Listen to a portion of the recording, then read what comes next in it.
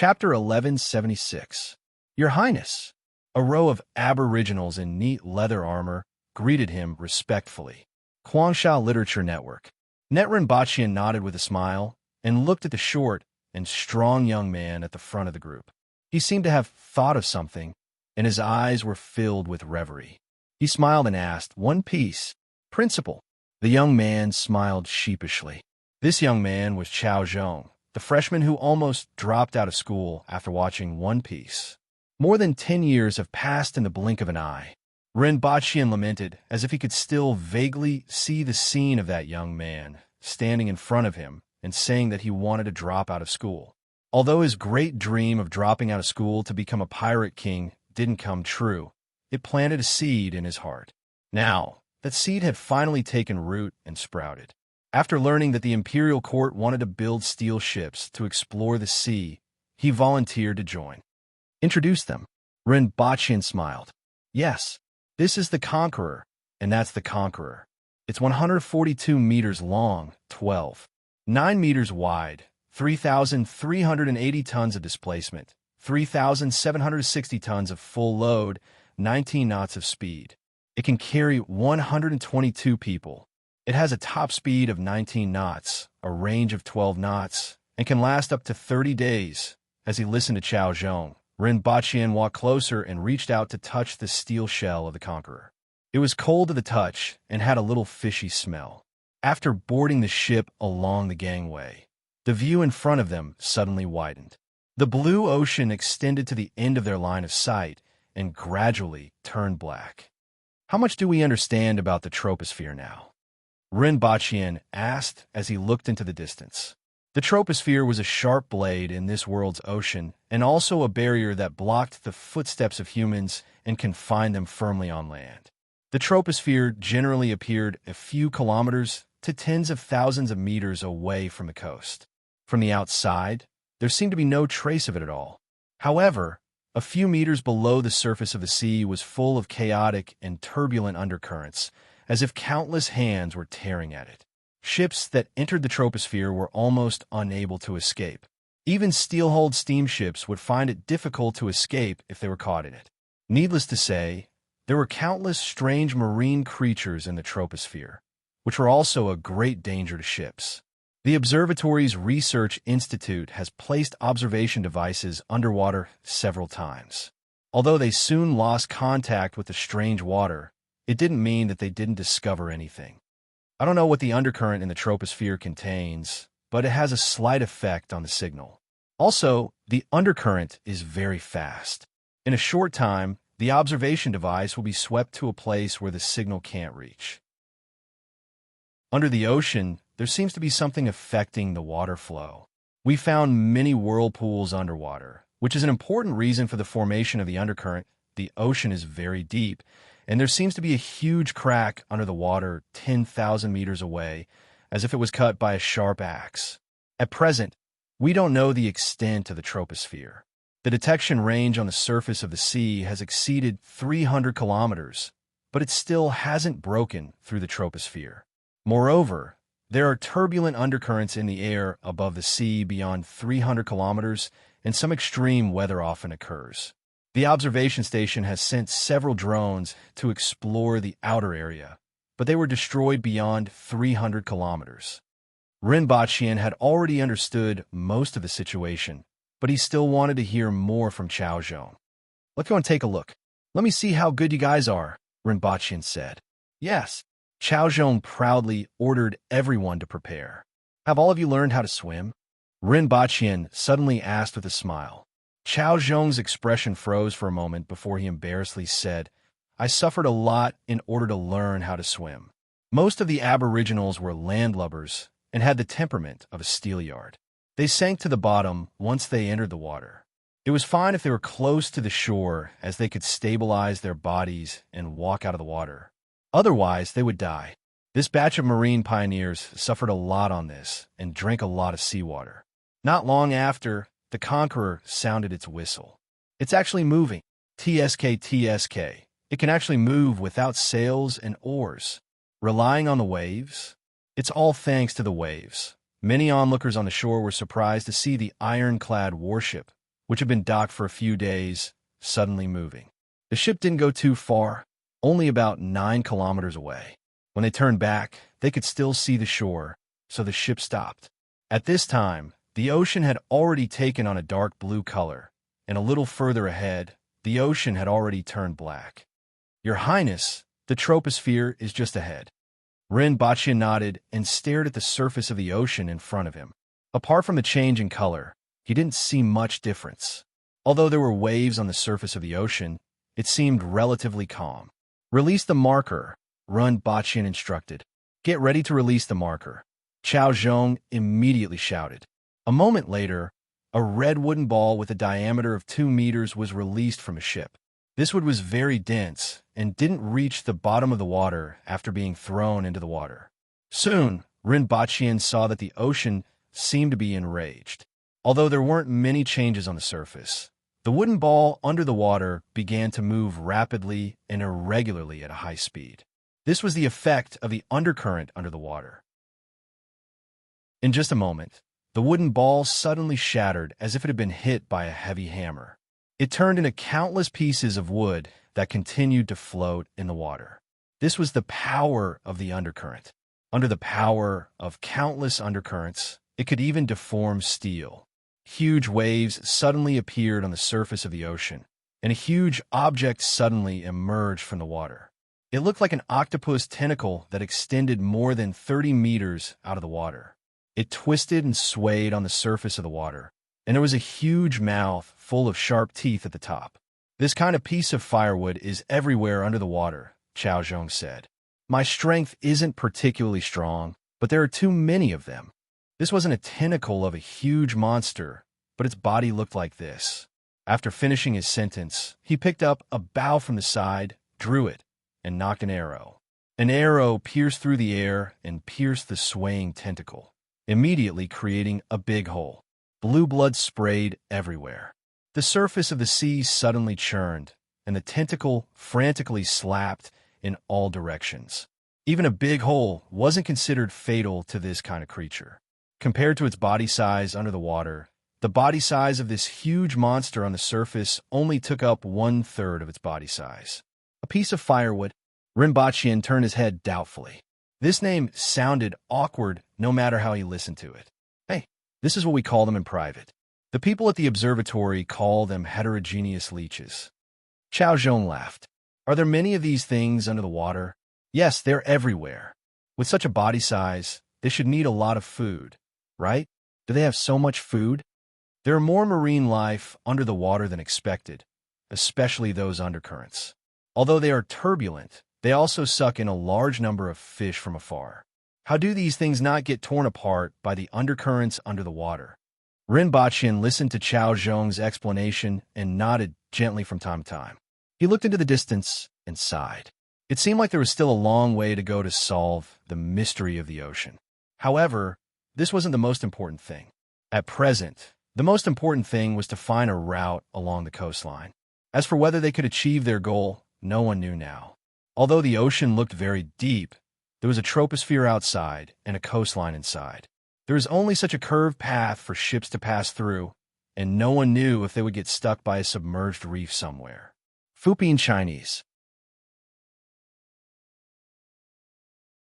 Chapter 1177. Rinpoche didn't stay long in Wangjing. He stayed for 2 days to understand the situation before returning. He also left behind a batch of new detection equipment that he brought back from Earth.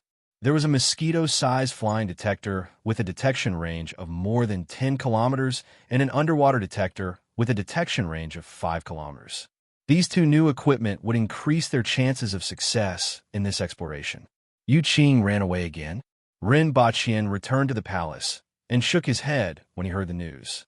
Erhua was getting older, so Rinpoche couldn't keep calling her by her nickname.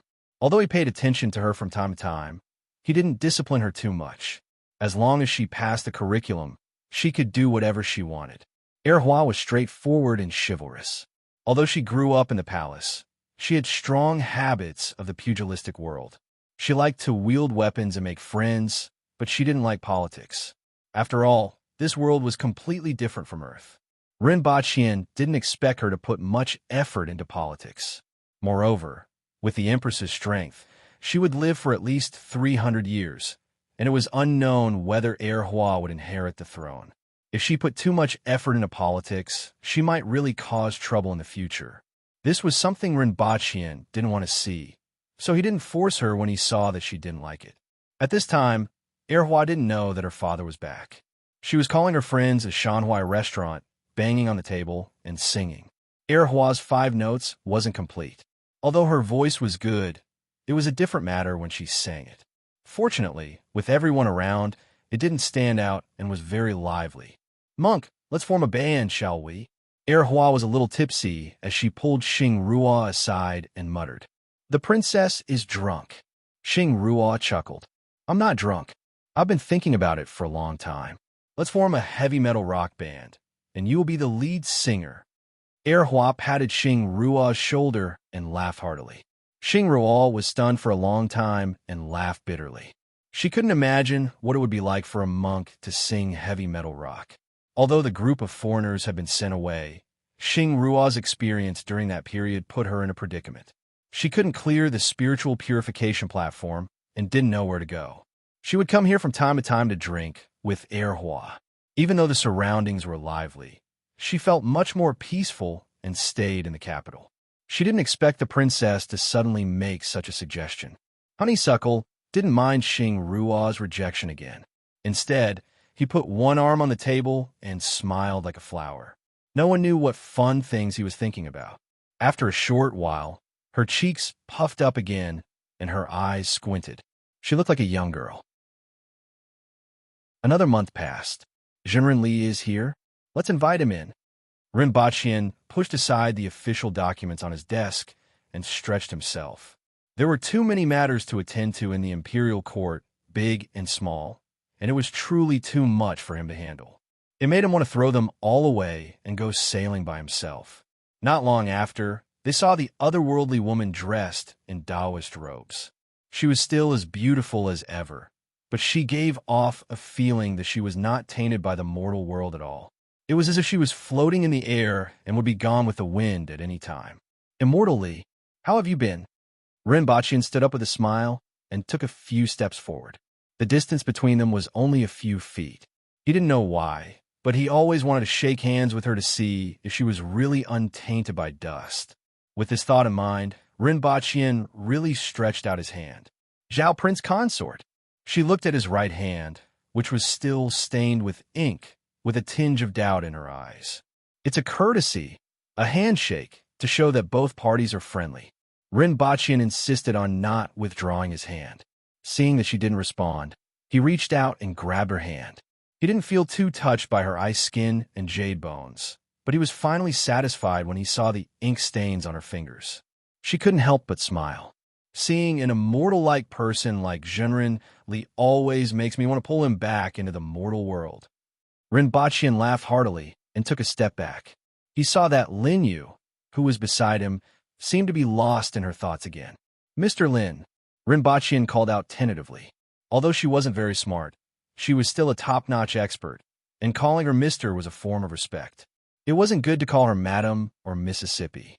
After half a minute, Lin Yu dragged her voice and said in a daze, "Ah, it's Prince Consort. You still haven't recovered?" Rinpoche asked. It had been more than 10 years, but Lin Yu's strength hadn't changed at all, and the situation where she was dozens of beats slower hadn't improved at all. "I'm 2 seconds faster than before." She nodded slightly. Rinpoche calculated in his mind. That meant that she had improved from 32 seconds to 30 seconds, right? She was still dial up the internet. Is the world of Great Xia still stable? Rinpoche asked casually. She nodded gently. In fact, when had the world ever been stable? However, the top group of people had left, and the remaining people were just small fries. In particular, how could it be possible to hide the fact that the organization had incorporated those top-notch experts? They didn't even think of hiding it. Almost everyone knew that there was an extremely powerful secret organization in the dark. Moreover, there hadn't been any news of those experts for so many years, and many people were guessing whether they were still alive. As a result, conspiracy theories were prevalent, and many people were much more cautious. "You've worked hard," Rinpoche said. "How's the situation over there?" Li Yuanzhu asked. In fact, she was the one who should have gone to the Wall of the Two Worlds. With her talent, she was far superior to the Empress. However, in order to suppress the world, she stayed in Great Xia. It could be said that Rinpoche felt a little guilty towards her. He immediately told her everything he knew about the Wall of the Two Worlds, the foreign races, and the situation. In fact, it wasn't much. Even now, everyone knew very little about the foreign races. The Grey Thorn race, which wasn't far from where the Empress and the others were hiding, was a weak race and knew very little about the outside world. After all, the Wall of the Two Worlds was a remote place. Even the Chingu race didn't know much about it and only heard a little from the caravans. "There's not much time left." Li Yuanzhu's expression changed slightly. If they touched those two foreign tribes, the foreign races would probably react very soon. "There's not much time left." Rinpoche sighed. He only hoped to delay as much as possible. He then relaxed and smiled. "However, it's not like we didn't gain anything." After saying that, he picked up a bottle from the table and took out a level 4 origin crystal from it.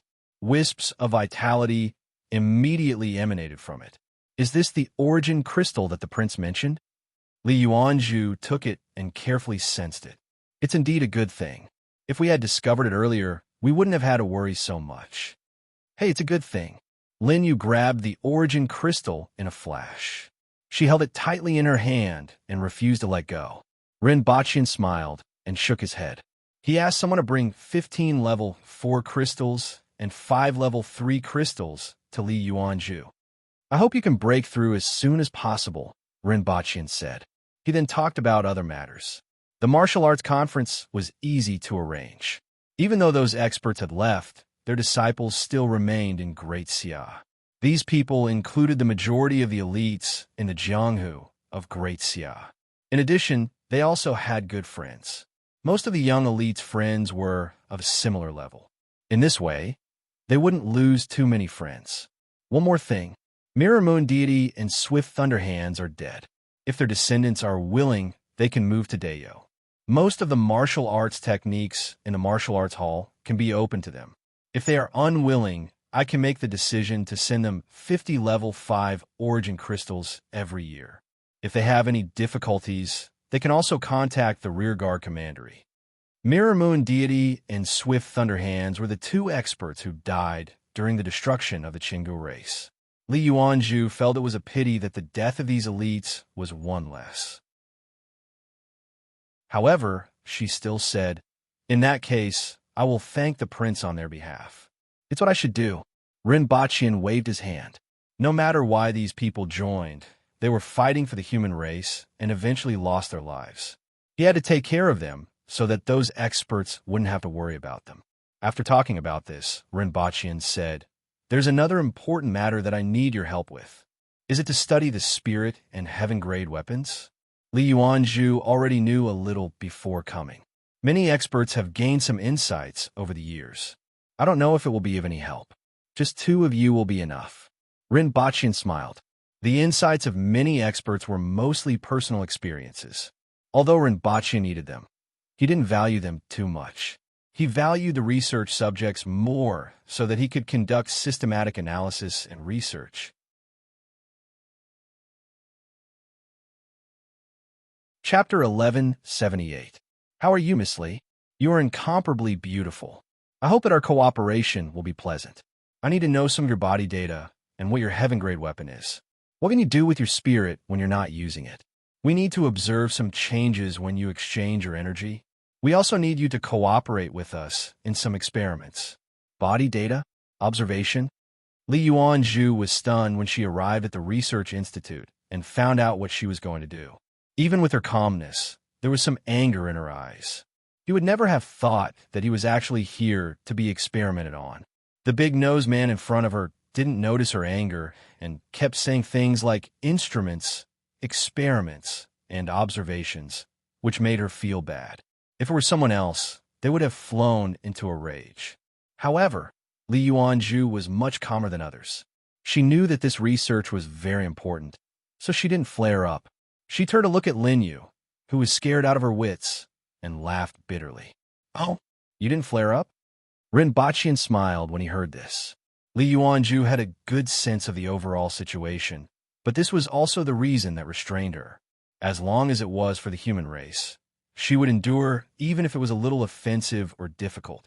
Of course, she couldn't go overboard. Rinpochian had already confirmed that, from a certain point of view, such people were easy to bully. It was true. As long as it was from a righteous point of view, most people wouldn't refuse. Rinpochian liked this kind of person. From a certain point of view, this kind of person was much easier to deal with than the Empress. This was true for most people, but in terms of his personal position, the Empress was better. To most people, the Empress was good and evil. Most of the time, she acted according to her own preferences, but she was very tolerant of people she liked. She was a typical person who would help her relatives and not reason. Even if Li Yuanju had someone she liked, if it conflicted with her righteousness, she would probably cut off her feelings. This was also the difference between the two top women in the world. Furthermore, the research was only to observe her exchange of energy, blood flow, and condense her heaven-grade weapon. It wouldn't be too offensive to her. Therefore, Rinpochian wasn't worried. After getting everyone to leave, Rinpochian calculated the Empress's schedule and figured that she should be back soon. The 60,000 mountains were vast, but if the Empress returned alone, she could travel directly through the air, which would be extremely fast. Just as he expected, news of the Empress's appearance in Qing Valley came back the next day. It really wasn't easy to find a place in the 60,000 mountains. Otherwise, the Empress would have arrived 10 days ago. This was after discovering the plane in the sky and following the direction for a few days before finding it. Qing Valley was not big. It was just an outpost. The most important things were the airport and a few warehouses. The Empress, who was dressed in red, appeared. She looked around and headed straight for the warehouse. Moments later, all the people guarding Qing Valley were shocked. After the Empress chased everyone away, she carried 2 bottles of wine out of the warehouse. After downing a bottle of wine, she let out a satisfied sigh of relief. Her face was full of satisfaction. He then used the radio to send a message to Rinpochian. "Prepare the wine pool for me. I want to see it when I return." Upon hearing the Empress's cold voice, a smile appeared on Rinpochian's face. "As you wish." He immediately returned to Earth and tried his best to bring back more than 1,000 caddies of Erguo too. Long ago, he had imposed a ban on alcohol, especially on the use of grain to brew wine. As for fruit wine, he turned a blind eye to it. After all, it couldn't be completely banned. For example, Hua's base camp, Shanhuai restaurant, and several brothels in the city all had alcohol. 3 days later, the Empress boarded a plane that shook like a tractor as it rose into the sky. She rested her chin on one hand and sat by the window. She wasn't really affected by the turbulence. She looked at the huge beasts roaring in the forest in the distance and pondered whether she should get someone to clean up the surroundings. Previously, this route had been cleared. The beasts in the 60,000 mountains all had a sense of territory. After the powerful beasts in an area were cleared, other beasts would migrate over after a period of time. As a result, they had to be cleaned up from time to time. It seemed like there was no end to them. Because of this, more than half of the troops from the Protectorate of the South were involved. Before the plane reached a high altitude, there was a small accident. An iron-winged rock barged into the flight path of the plane and seemed to treat it as a toy.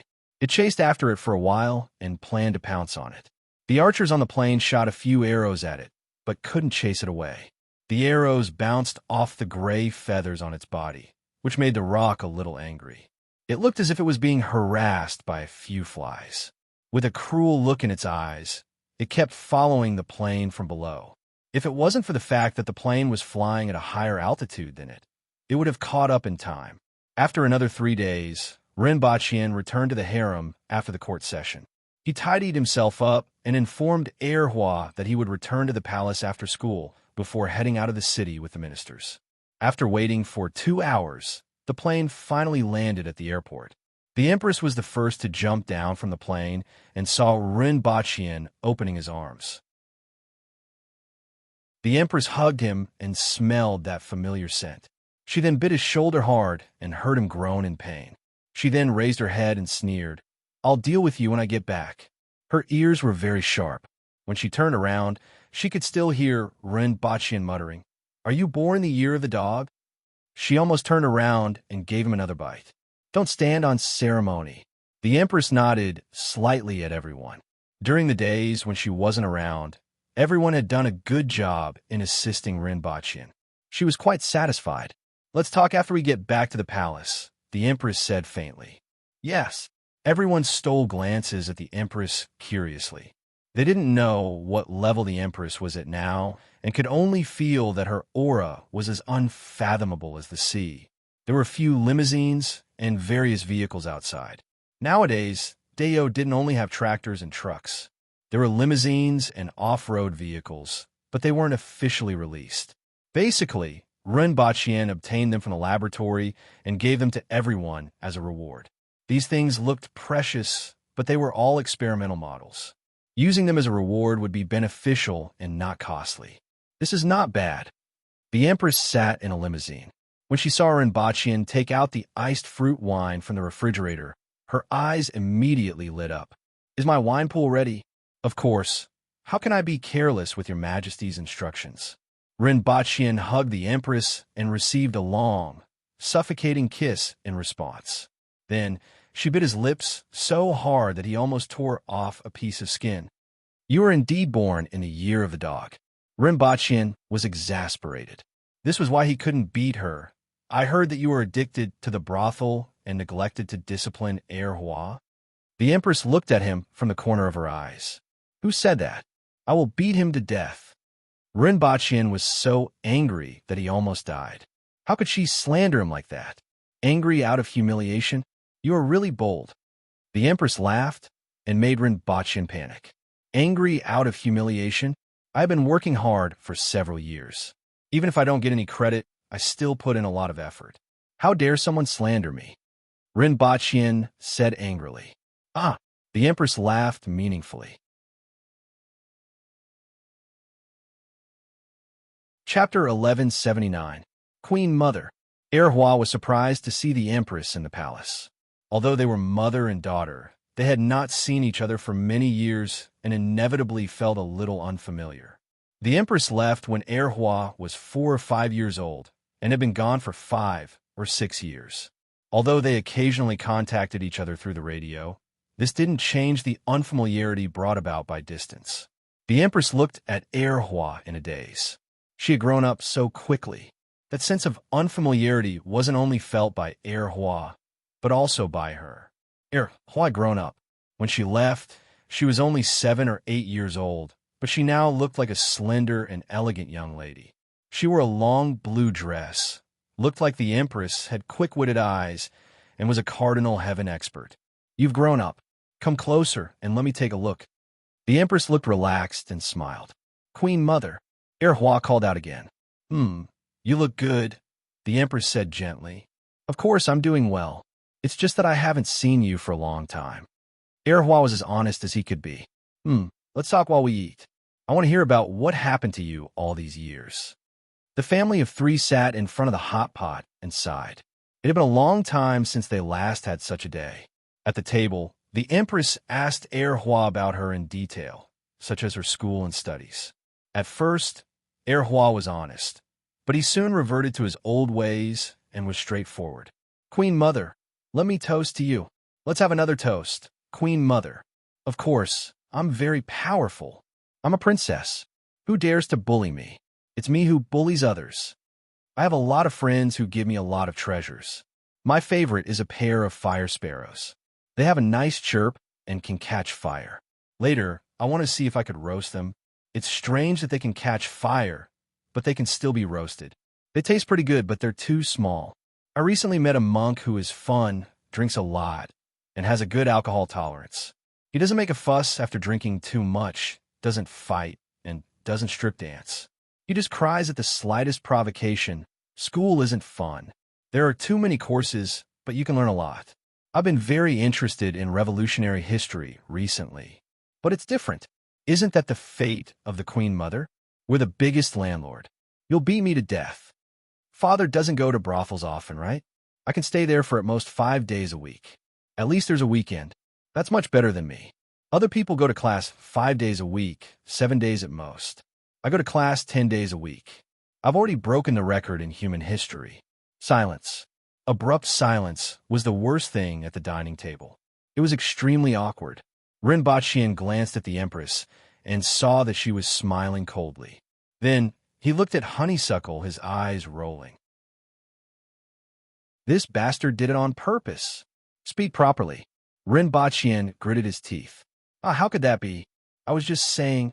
No, I was just a kid talking nonsense. The Empress curled her lips into a sneaky smile. His gaze was as sharp as a knife, capable of slicing people into pieces. The Empress didn't argue too much with Rinpoche. After all, she had many information channels in the imperial court. Rinpoche often went to brothels, but he only went there to drink. He didn't do anything else and behaved himself after drinking. Usually, he was too busy going to the brothel to listen to music and drink, then go to the big bathing pool to take a bath and have a massage was considered his pastime. Naturally, the Empress wouldn't go overboard. Otherwise, before Honeysuckle could stab Rinpoche, she would hang him up and beat him up first. Rinpoche looked at the eye mark on the Empress's arm and clicked his tongue. God, he felt that this thing might be a powerful existence from the foreign races and was a little interested. From the sound of it, it seemed like a curse. It could actually form such a mark on the other party's body. He didn't know the specific effect, but no matter what it was, this mark definitely had a positioning function. It was just like marking a target on the head of a boss in a game, so that his teammates would know to attack him together. Let's go back and give it a try. Rinpoche didn't know if this thing would disappear when he returned. Only God knew how this thing worked. With a twist of space, Rinpoche pulled the Empress and Honeysuckle back to Earth. Looking at the sky, it was early in the morning. The time is just right. You can go to school now. Rinpoche patted Honeysuckle's back with such strength that would have killed someone else. Let's see if it's still there. Rinpoche grabbed the Empress's arm and saw that the eye-like mark had disappeared. Sure enough, the mark was affected after being separated by a world. Rinpoche could almost hear the other party's voice saying, "The other party is not in the service area." In a Lansang territory, in a forest that wasn't considered dense, countless beasts were frantically fleeing. The ground was shaking, and the trees were swaying. It could be felt even from hundreds of kilometers away. 5 gigantic beasts of disaster that were as huge as mountains were constantly moving forward. Tall trees that were 20 to 30 meters tall were like straws in front of them and couldn't stop them at all. They were smashed, crushed, or deeply embedded in the soil. Wherever the 5 beasts passed, there was only a mess left. Behind the 5 ferocious beasts was a team of ferocious beasts and earth spirits that was far away. In the sky, dozens of flying beasts were circling above. They either swooped down or grabbed their fleeing prey. An earth spirit wearing a crown and a string of jewel-like ornaments sat on the head of a giant beast of disaster and rubbed a black crystal in his hand. It's been 5 days, and there's still no response from this road sign. Where is the enemy marked by God? Is he dead, or? He felt that the latter was the most likely. No one could hide from God's gaze. However, he didn't tell them immediately. Instead, he kept moving forward along the original route. This wasn't very useful since the road sign only pointed in one direction and wouldn't change unless it was within 500 kilometers. He didn't know if the other party was originally 500 kilometers or 10,000 kilometers away. Let's wait for another 2 days. If there's still no response, we can confirm that the other party is dead. Imperial Prince Su, there's a tribe of the four-eyed race 50 kilometers away. A huge winged flying snake landed on the same level as the Calamity Beast head. The Earth Spirit clan members on the ground immediately knew about it. Let them prepare food, or let them become food themselves. The Earth Spirit called Imperial Prince Su instructed. The four-eyed race was considered one of the stronger races among the weaker races. However, the Earth Spirit clan was considered above average even among the middle-level clans. In addition, the Earth Spirit clan had a god, which elevated the status of the Earth Spirit clan. It was only second to the 36 powerful clans and the strongest clans among the middle-level clans. As for treating the weaker races as food, it wasn't a big deal in his eyes. The Earth Spirit wasn't picky about food. A day later, near the ruins of the Four-Eyed Race's tribe, Imperial Prince Su was about to give the order to return when he suddenly discovered that the road sign was reacting and trembling slightly.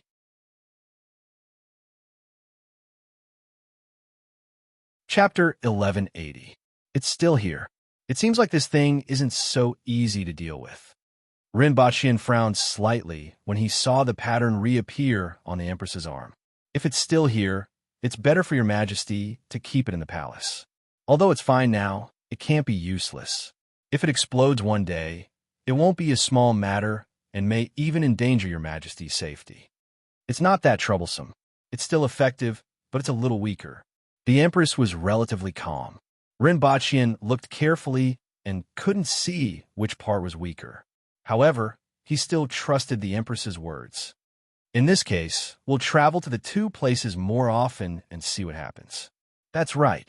The Empress nodded and changed the topic. Where's my wine pool? The Empress had always been obsessed with the legendary wine pool and carnal pleasures. If an emperor didn't have a wine pool and carnal pleasures, he would be embarrassed to say that he had done it before. It's already been prepared for your Majesty. Rinpoche smiled. I'll get someone to pour the wine in.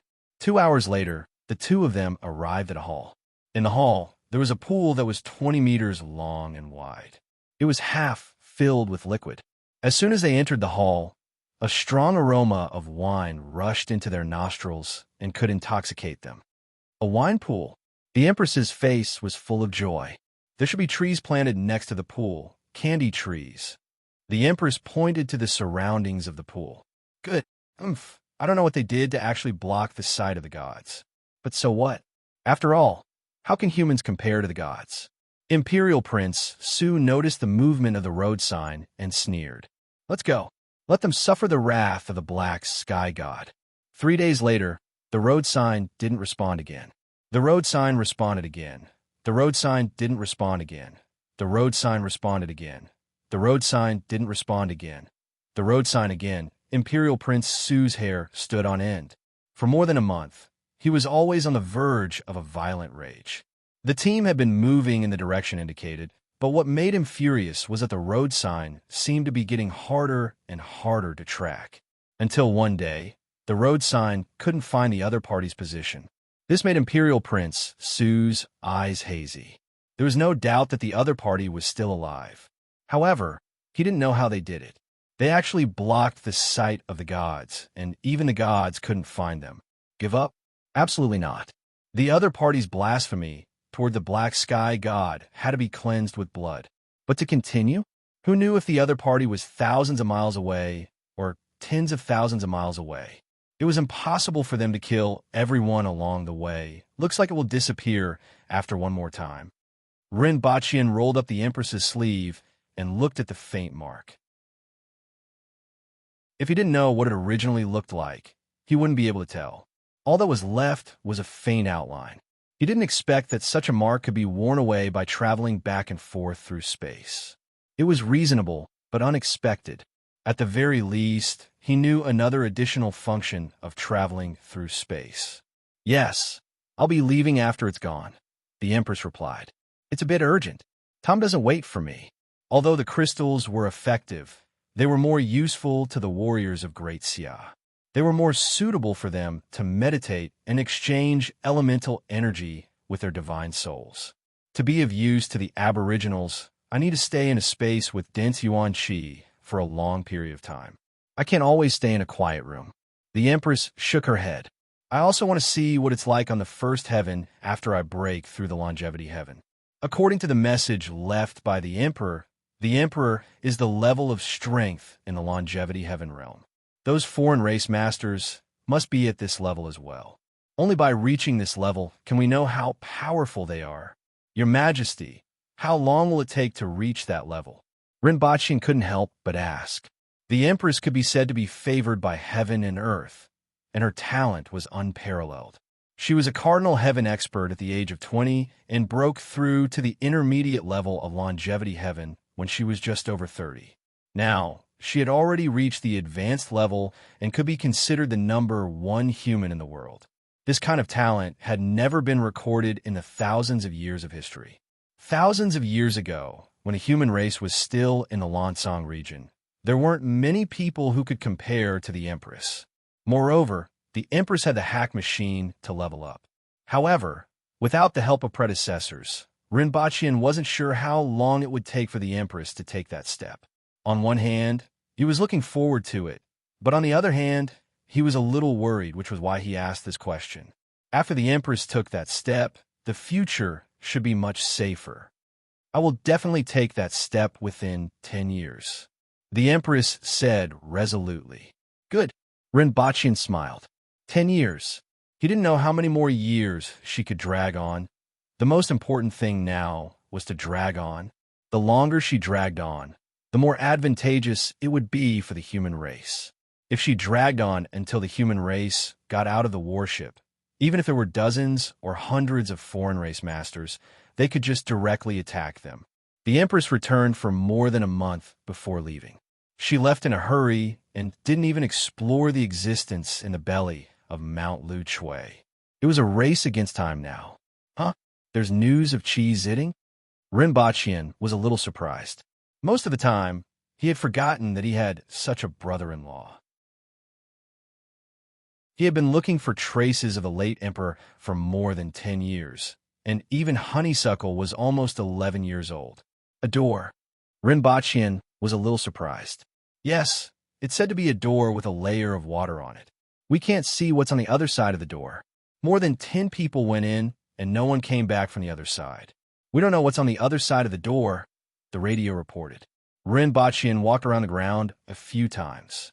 There were too many strange things in this world, such as the thousands of races in the Lansong land, the red moon in the sky, and now another door. It didn't seem too surprising. What about Qi Ziding? He also went in, and there were 3 cardinal heaven experts. Pass down the order that no one is allowed to go in again. Be on guard outside, and I will send someone later, Rinpochian immediately ordered. Yes, but those people might not listen. The other party said hesitantly. Rinpochian knew who he was talking about. Qi Ziding was accompanied by a group of ancient race cardinal heaven experts that he had recruited. There were more than 20 of them. If these people want to go in, they couldn't be stopped. If they want to die, don't stop them.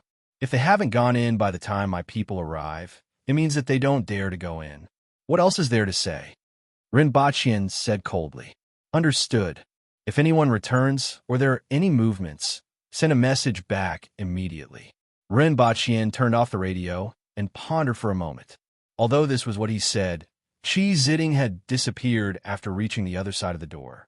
He still had to send someone to suppress them. However, where did that door lead to? It would be great if there were satellites now. By throwing a probe at the other side of the door, the satellites would naturally be able to receive the signal and know the specific situation. Now that the wall of the 2 worlds was the focus, he wouldn't tell the Empress about this matter so that she wouldn't worry. Rinpochian made up his mind. He didn't care whether Qi Ziding and the others were dead or alive. He only cared about the impact of this matter and where that door led to.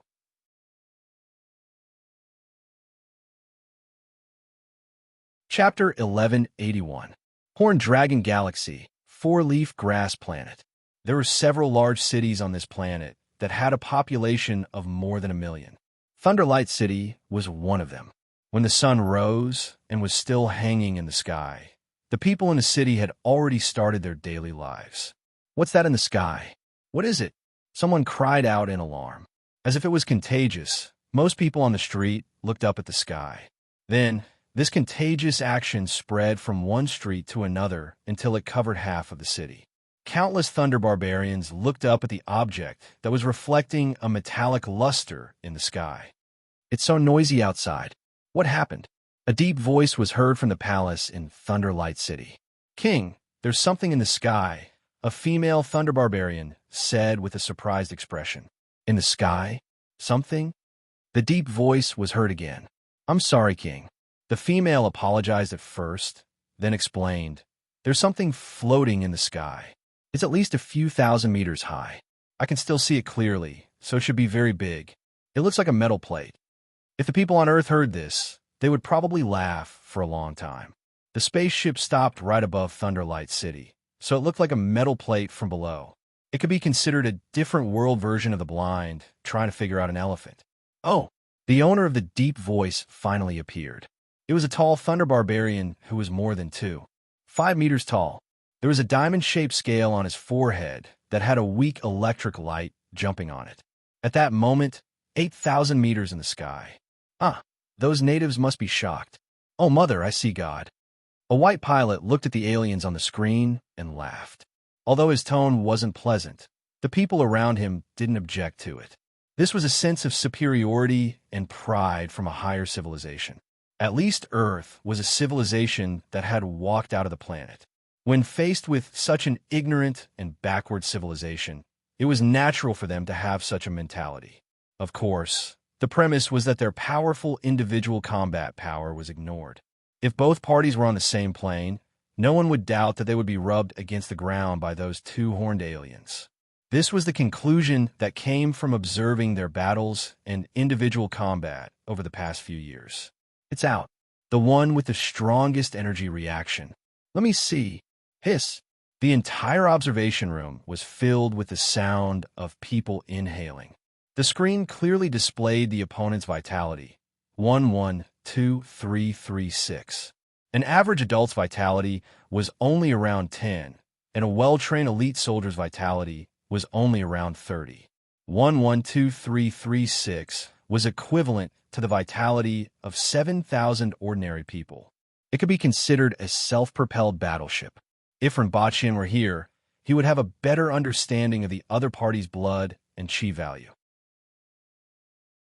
One had to know that the blood chi of an Earth embryo realm expert was between 1,000 to 1,200. Most spirit wheel experts had a blood chi value of less than 3,000, and cardinal heaven experts only had a blood chi value of around 5,000. According to this growth curve, the experts of the heaven and earth domain would not have more than 10,000 blood chi. Martial artists who had just entered the longevity heaven only had a blood chi value of less than 20,000. The further one went, the greater the difference in physical strength between the ancient race martial art practitioners and the spirit refinement martial art practitioners. But his opponent had directly raised it to 6 digits. This was a qualitative difference. This number was simply terrifying. "When are we going to send someone down to communicate with them?" someone asked, swallowing a mouthful of saliva. It was a man in a military uniform. "Give them some time to think. After 24 hours, send a spaceship and a robot down." "Have you finished analyzing their language?" another man asked. "Yes, we have already put in surveillance equipment a year ago. After the analysis of 2 linguists and the photon computer, they can now communicate with each other. And there's no problem. None of the foreign races below tried to shoot down the spaceship with long-range weapons, such as arrows." The foreign race individual with the highest blood chi value stood outside for only a few minutes before returning to the largest building in the city. The building was shrouded in a kind of energy. Only the blood and chi value could be detected, but the specific value couldn't be detected. After 24 hours, the sun in this world was just past noon.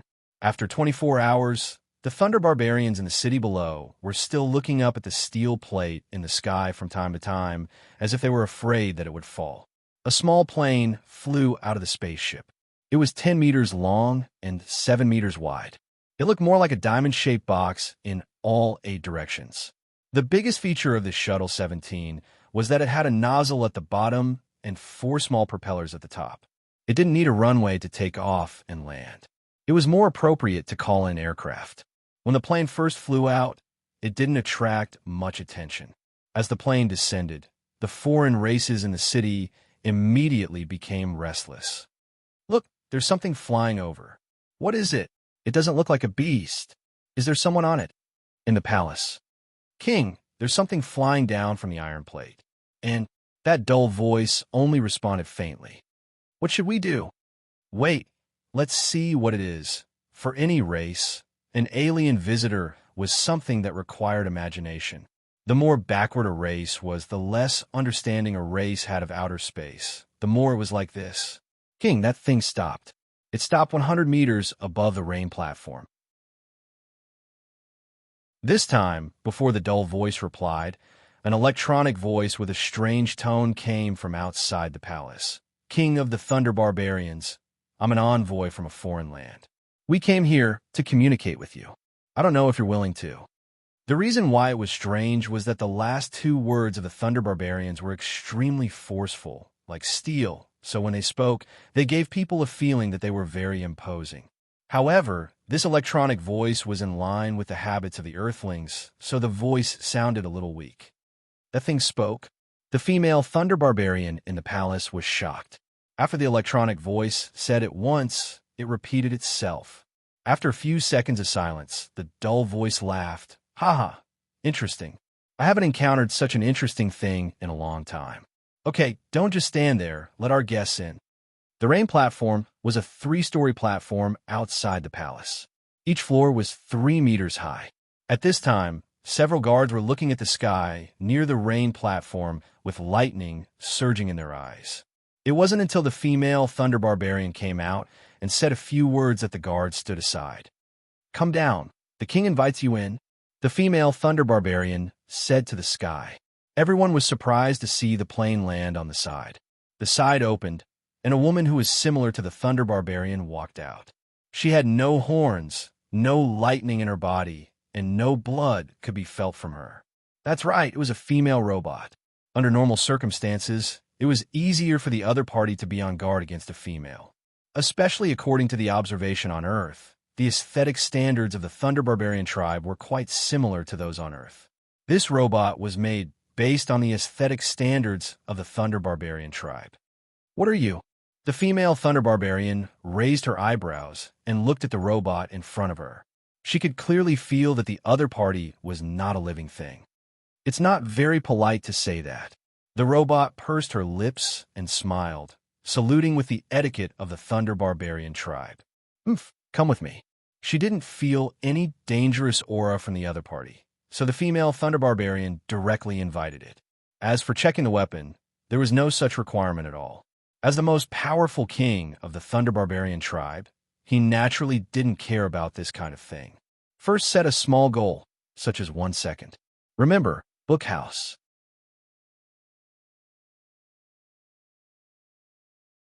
Chapter 1182. We've entered the hall. The signal isn't affected. A joyful voice came from the spaceship. Apart from that, it was even quieter in the spaceship. Everyone was looking at the image on the screen, trying to catch any sound. Other than the spaceship's staff, there were linguists, sociologists, and negotiation experts. Earth had made a lot of preparations for this meeting. According to some people, it was the beginning of a new chapter in history. This was the first contact between humans and an extraterrestrial civilization. It could be said to be a historical event. No one would be careless. As the robot entered the hall, the residence of the civilization's ruler was finally reflected in the eyes of the people on Earth. In the eyes of many people, a lot of things could be determined from a person's residence. Although it was an alien, it was better than not having any clues. The hall was spacious and simple, with black and blue as the main colors. At the top was not a seat, but a cushion that looked like a futon. A tall figure was sitting there with his legs crossed. Other than that, there was the female Thunder Barbarian in front of him. Neither of them had luxurious decorations on them. They were even inferior to the Thunder Barbarians outside. However, the pressure from their bodies was far beyond any life form they had ever seen. Simple, determined, tough. This was the first impression of the people on Earth. It's a pleasure to meet you, King of the Thunder Barbarians. I'm an emissary from Earth. You can call me Zero. The robot saluted. Puppet? Something shameful, but I'm still willing to give you a chance to talk. The tall figure said, Tell me first, where are you guys? Where is Earth? What's your purpose? You can call us humans, just like how you call yourselves the Thunder Barbarians. In fact, we're all carbon-based life forms. Although there are slight differences in appearance, there's not much difference in essence. Earth is another planet outside this one. We crossed the distant starry sky to come here with the friendship of humans. Friendship? The tall figure let out a soft laugh. Yes, friendship. The boundless starry sky is our goal. The starry sky is vast, and most of the planets have no life. Discovering and coming here is a surprise for both our races. The robot's words were said after many experts had discussed them. They tried their best to be as pretentious as possible so that the other party would not look down on them. After all, Earth had already walked out of the planet. They still had some confidence in dealing with the native alien races. However, he couldn't brag too much, lest the other party would see through him in the future and feel that he had been deceived. Thus, he tried to make his words as complete as possible. This was also based on the situation of the Thunder Barbarians. From what he had learned, the people of this race believed in martial strength. Their physical strength was strong, and their personalities were straightforward. They hated being lied to. Then, why are you looking for me? Naturally, it's to establish a connection between both sides. Did you discover this world by accident? Where's your world? What do you want? I hate having something on my head. Do you know why I didn't take it down? The tall figure finished asking what he wanted to ask and suddenly changed the topic. Shoot it down. Many people on the spaceship laughed. Shooting down a spaceship from 10,000 meters in the sky with his bare hands? This joke is very funny. Primitive, barbaric, ignorant. Such labels were hung on the king of the Thunder Barbarians. Because I want to see what will happen. The voice of the tall figure didn't change much, but it carried a hint of thunder that sounded like the silence before. The expressions of the sociologists on the spaceship changed slightly. Was this the rhythm of a sudden change in attitude? Peaceful communication is built on powerful strength. There's a saying that goes, reading can make me talk to idiots calmly, and fists can make idiots talk to me calmly. Maybe we should show our strength. This kind of primitive, backward race can't understand the greatness and power of technology. They have too little knowledge, so they believe in the pressure of fists more. I don't think it'll be so unwise, right? Someone said. After all, communication between both sides was extremely beneficial to both sides. Honestly speaking, who would reject communication from another planet? If it was him, he would definitely not reject it. He believed that no one would be able to reject it. For a civilization that could walk out of a planet, even a little bit of technology would be enough for them to upgrade for several generations. Most people agreed with this statement. If it was Earth in their shoes, their first concern would be how to further communicate with the other party, exchanging technology, materials, minerals, and so on. They would find a way to get technology from the other party that could allow their civilization to transition.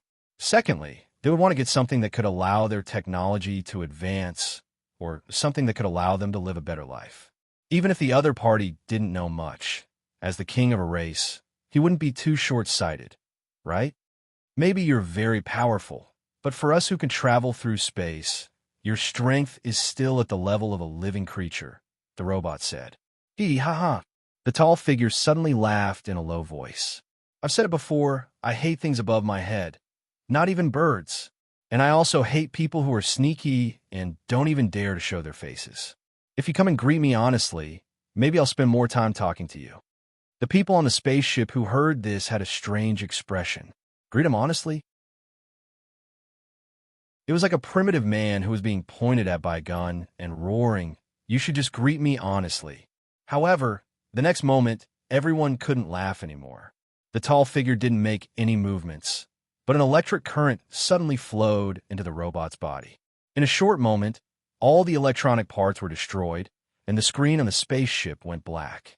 Although it's exquisite, a puppet is a puppet. The tall figure didn't even look at the robot and flashed out of the hall. Suddenly, a bow completely made of lightning appeared in his hand. Is he trying to shoot us down? Someone sneered. Everyone's face was a little angry. They didn't expect that they would fail to make contact with the king of a primitive race. The other party was simply unreasonable.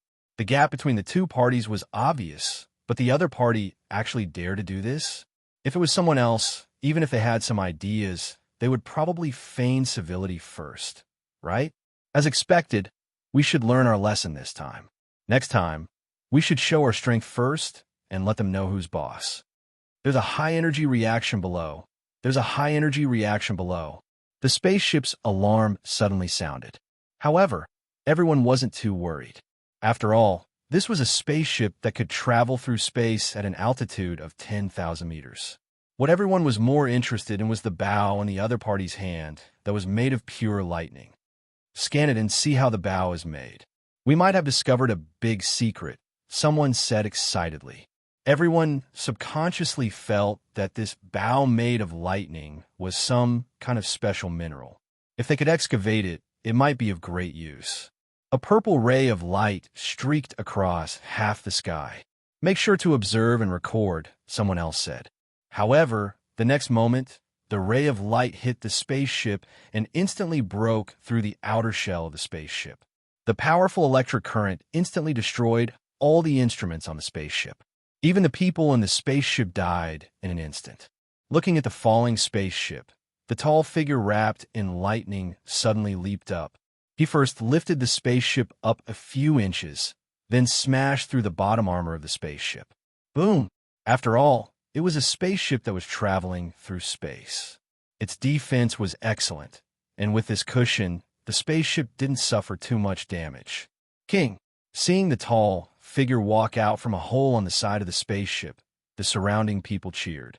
King, the female Thunder Barbarian, walked to the side. The tall figure nodded slightly. Find the best craftsmen and scholars in the city and see if they can research anything. Then he sneered. Weak rabbits actually want to be on equal footing with me? Do they think that just because they can fly, I can't do anything to them? How does the king know that they are weak? They don't even dare to show their faces.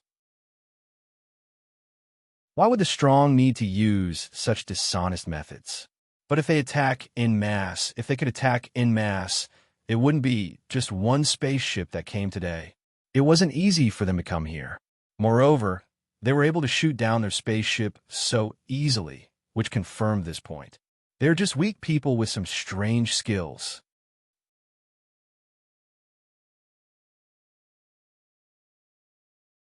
Chapter 1183. I have something to say. I thought that there was nothing that crossed the line in this book.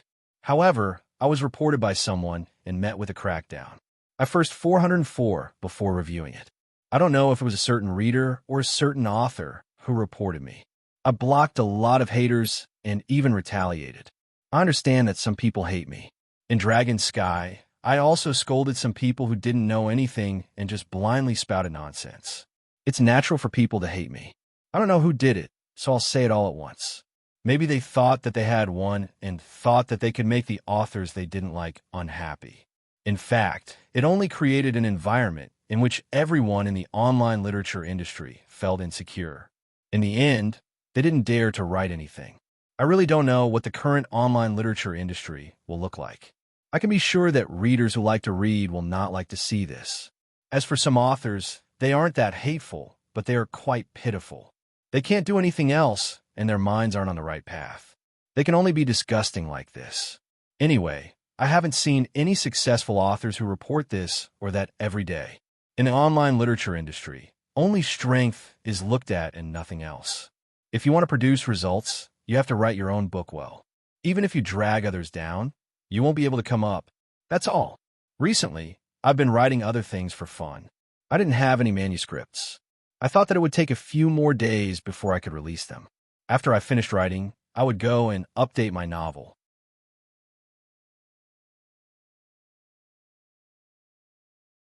Chapter 1184.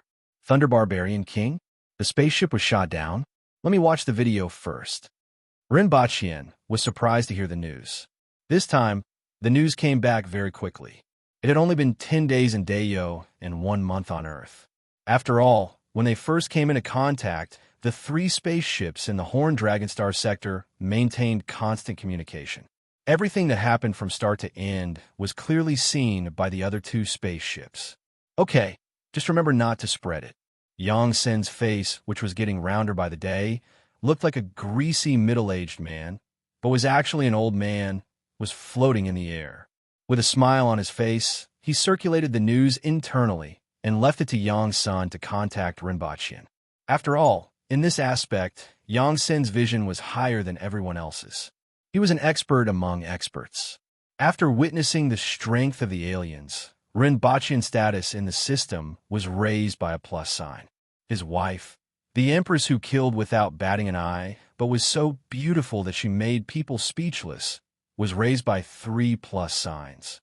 Rinpoche shrank back and said, "Stay away from the camera, at least show the upper half of your body." Half of his body was more comfortable than a head floating in the air. Furthermore, this head was too big. Okay. The greasy head of the messy 87 department, Yang's son, shrank back and immediately became half of his body. Rinpoche opened the video sent by Yang's son and even recorded the words of the pilot, as if there was a voiceover. Those natives must be shocked. "Oh, mother, I saw God." The flamboyant voice in the voiceover didn't surprise Rinpoche too much. This should be how a high-level civilization faced a low-level civilization. A long-lost scene flashed across his mind. Thinking back to when he transmigrated with a bowl of noodles and was almost beheaded, he felt a wave of sourness in his heart and almost cried. However, when he saw the blood and chi value of 1,1,2,3,3,6, Rinpoche's face turned solemn. He knew what the blood and chi value of the Empress was. 35,000.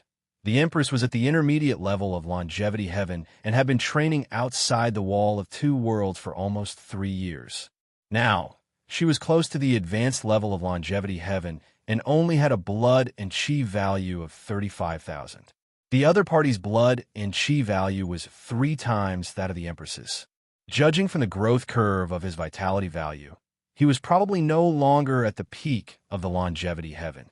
At the very least, he had already taken a step there. Since the human emperor was dead, his body had been refined into a strange existence. All of his blood essence had shrunk into a ball near his heart, making it impossible to measure his vitality. Therefore, it was difficult for him to estimate the strength of those who had reached that level. However, Thunder Barbaric King's strength had already caused his heart to tighten. However, judging from the growth curve, he had at most 1 foot taken that step. In that case, how powerful would an existence who had truly reached that level be? As he thought about it, he watched the video and listened to everything that happened next with a thoughtful look in his eyes. Yang's son didn't rush Rinpoche. Instead, he brewed a cup of wolfberry tea suitable for his age at the other end of the screen. Even though Rinpoche was already aware of this matter, he was still somewhat fearful of the might of this arrow and remained silent for a long time. "What do you think? What do you think?" Yangsen finally opened his mouth after a long time. "You can't evaluate these Thunder Barbaric Kings with the thinking of Earthlings." Rinpoche pointed out the first problem. Rather than looking for those sociologists, you might as well look for 2 ruffians from a backward region. They know better than anyone that the fist is the boss. If you don't show your strength, it's useless no matter what you say.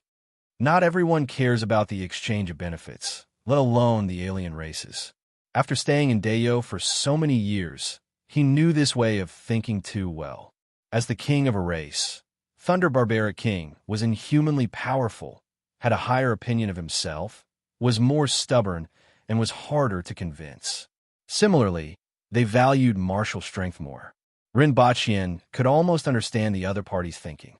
If they needed anything, they could just snatch it. Otherwise, they would work hard to train and strive to cross the starry sky with their body. They might not necessarily understand the dangers of the starry sky or the vacuum. In their opinion, since they could come over, they could go over, as long as their body was as strong as steel. Rinpoche dared to say that after the spacecraft crashed, the other party would definitely test the strength of the steel. In his opinion, it was just that he hadn't flown high enough. "We didn't expect the other party to be so direct. We also considered what you said and came up with a variety of plans. However, the other party's reaction was still beyond our expectations. But it's still human thinking." Rinpoche ended this topic with 1 sentence. "What's the height?" 13,000 meters. There was no obvious weakening before hitting the spacecraft. The other party's arrow can reach at least a distance of more than 20,000 meters. Rinpoche was in a bad mood at this point. The stronger the other party is, the more powerful the enemy will be. Unless the distance is pulled to a safe enough position, even a spacecraft isn't a match for him, Rinpoche pointed out. A spacecraft that could fly in space was powerful in some aspects, but it was weak in terms of combat power. What about a nuclear bomb? The premise is that you can hit him. A powerful existence that has reached this level is extremely sensitive to danger and has a very strong body. This includes laser weapons. Without a certain density, it's very difficult to hit the other party. Naturally, they can't cause damage or even cause fatal damage. I don't recommend you to be enemies with him now. Rinpoche sighed. In fact, he hoped that Earth and the other party would fight to the death. Only in this way would Earth rack their brains to create more powerful weapons. War was one of the driving forces for the advancement of weapons and technology. This was also very beneficial to him. However, he couldn't say that. He is already looking for our traces. Although we are separated by a continent, after he finishes searching the area occupied by the Thunder Barbarians, he might send people to search further away. Yang Sen knew a lot of things, which surprised Rinpoche. As the head of the Messier 87 department, he actually knew so much. What are the plans of the higher-ups now? Rinpoche suddenly asked. Yang Sun came to ask Rinpoche because he wanted to get some information from Rinpoche's opinion. As for the specific plans, it wasn't something that Rinpoche could control. How would I know about such things? Yang Sun laughed directly. I don't recommend making a second contact with the other party or immediately becoming enemies with him. I suggest that we seize the opportunity to develop weapons that can injure and kill such a powerful individual, Rinpoche said directly. Do you have any other opinions? For example, what level of strength can this person reach? Yang Sen asked. The value of blood and qi was just a number, and they needed to have a more intuitive understanding. The other party should have the ability to walk in the air at a height of no less than 2,000 meters, Rinpoche judged based on the Empress's situation. Anything else? Do you think I'm a god? What can I see with just these few things? Rinpoche spread his hands and asked. Yang Sen's greasy old face was starting to look a little unpleasant to the eye. He really didn't know too many things. Even the Empress hadn't reached this stage, so how much could he know? Furthermore, he wasn't in a good mood. The strength of these foreign races was indeed terrifying.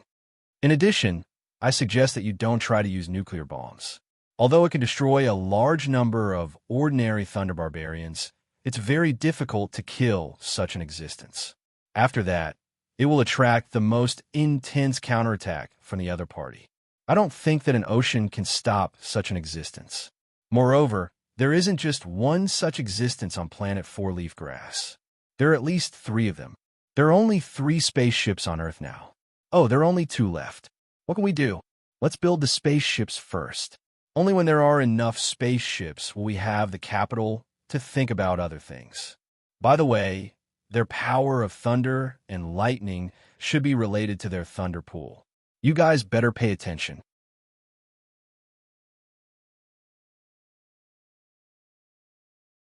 Chapter 1185. Although he was concerned about the follow-up of the four-leaf clover planet, he knew that there wouldn't be any results in a short period of time.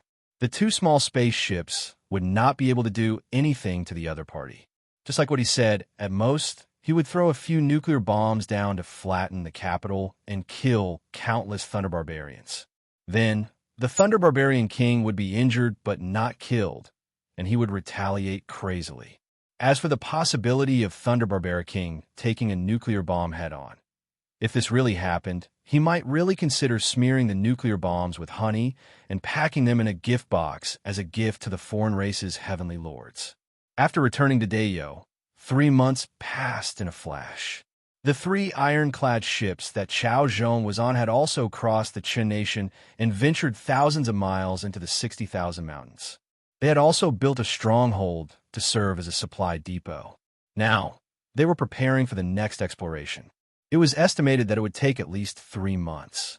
There were still some fishermen coming and going along the coastline near the Chuyan Mansion and the Qin Nation. If they found a guide, they could avoid a lot of danger. However, no one had ever set foot in the 60,000 mountains before. At that time, it would be up to them to explore it bit by bit. The date of the martial arts contest had been set. It would be held in 3 months. Those under the age of 24 would be divided into 2 groups, 15 to 19 years old and 20 to 24 years old. The purpose of the contest was to select martial arts geniuses with potential. For this reason, a special group had been set up to serve the martial arts competition. The person in charge was an expert from the Temple of Heaven. The venue is set outside Wong Capital City. There are a total of 5 arenas, 3 of which are the main arenas and will be used in rotation. The construction of the arenas will increase the number of steel bars, and the concrete will have a strength of 80. Rinpoche looked at the blueprint of the arena in his hand and listened to Tu Hong, the head of the Ministry of Works, who was newly established in the Ministry of Works. Speaking of which, Rinpoche and Tu Hong had a grudge against each other. Back then, the two of them had sparred several times. However, the current Tu Hong was much more well-behaved. Let's do it this way. Report the expenses and withdraw them from the Ministry of Revenue. Rinpoche immediately approved it. However, the next day, the naive, stingy, miserly, and seemingly menopausal Tu Hong directly said in the imperial court, "The Ministry of Revenue doesn't have any money left. The salary for 3 months has just been distributed, and the rest has been spent on the 60,000 mountains and the wall of 2 realms. If you don't believe me, you can go to the National Treasury and rummage through it." Even a mouse will be crying when it goes in. Even if Tu Hong was her biological brother, there was no way he could ask for money. Rinpoche was silent for a while before saying in a relaxed manner, "This isn't difficult. We can pay the 6 knitting factory a sum of money to advertise during the entire competition. Also, ask the big families in the Yun Nation if they want to advertise at the competition." Advertisement? Let's advertise it to the public. It's the section that introduces the products on the Black Bamboo Academy's newspaper. After hearing Rinpoche's explanation, everyone immediately understood. Is this useful? Of course. But the 6th knitting factory produces underwear and sports vests, right? Tractors and trucks are understandable, but what's the point of advertising these things? Rinpoche had a smile on his face. It's just underwear and a knitted vest. Don't you always tear your clothes when you fight? Especially after you use weapons, it's rather unsightly. The 6th knitting factory has developed a kind of cotton woven with green spider silk. It's quite tough and not easy to damage, so it's not exposed during a fight. Everyone was stunned. Thinking about it, this thing did seem to be useful. Men were easy to deal with. At worst, they could just raise their swords and fight, but women seemed to be more concerned about this aspect. This was especially true for the warriors from the Yun Nation and Great Xia.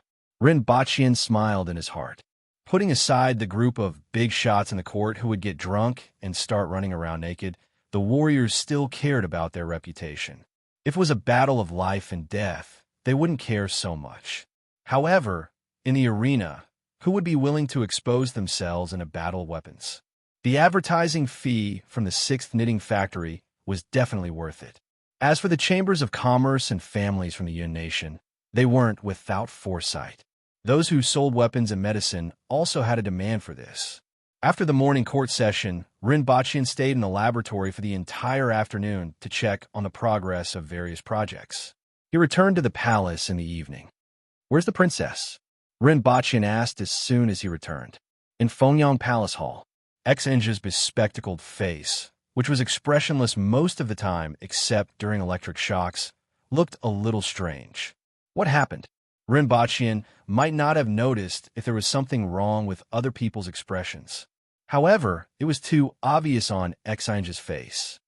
Li Yuanzhu, Lin Yu, and Xing Ruo are also there, Xinji said in a cold voice. How did they get together? Rinpoche was slightly stunned. Go on patrol. I'll go take a look.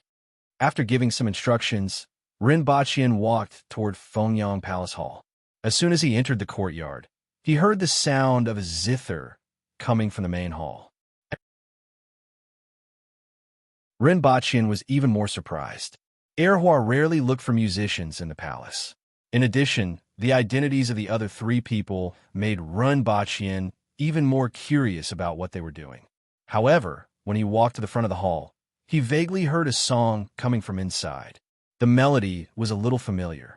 We met again at a wedding banquet. A beautiful woman was at the side. The candlelight swayed red. The lights were twinkling, reflecting a pair of picturesque faces, like a gentle old dream on a cardamom branch. I don't know the opposite party. Suddenly, my thoughts churned. I see your clothes are still white, but your expression is a little cold. The voice was like the cry of a phoenix, extremely melodious, and lingered in the air. People couldn't help but stop in their tracks to avoid disturbing the person who was singing. It sounds familiar, Rinpoche thought to himself. He slowed down and took a few steps forward before he could see the situation in the hall clearly.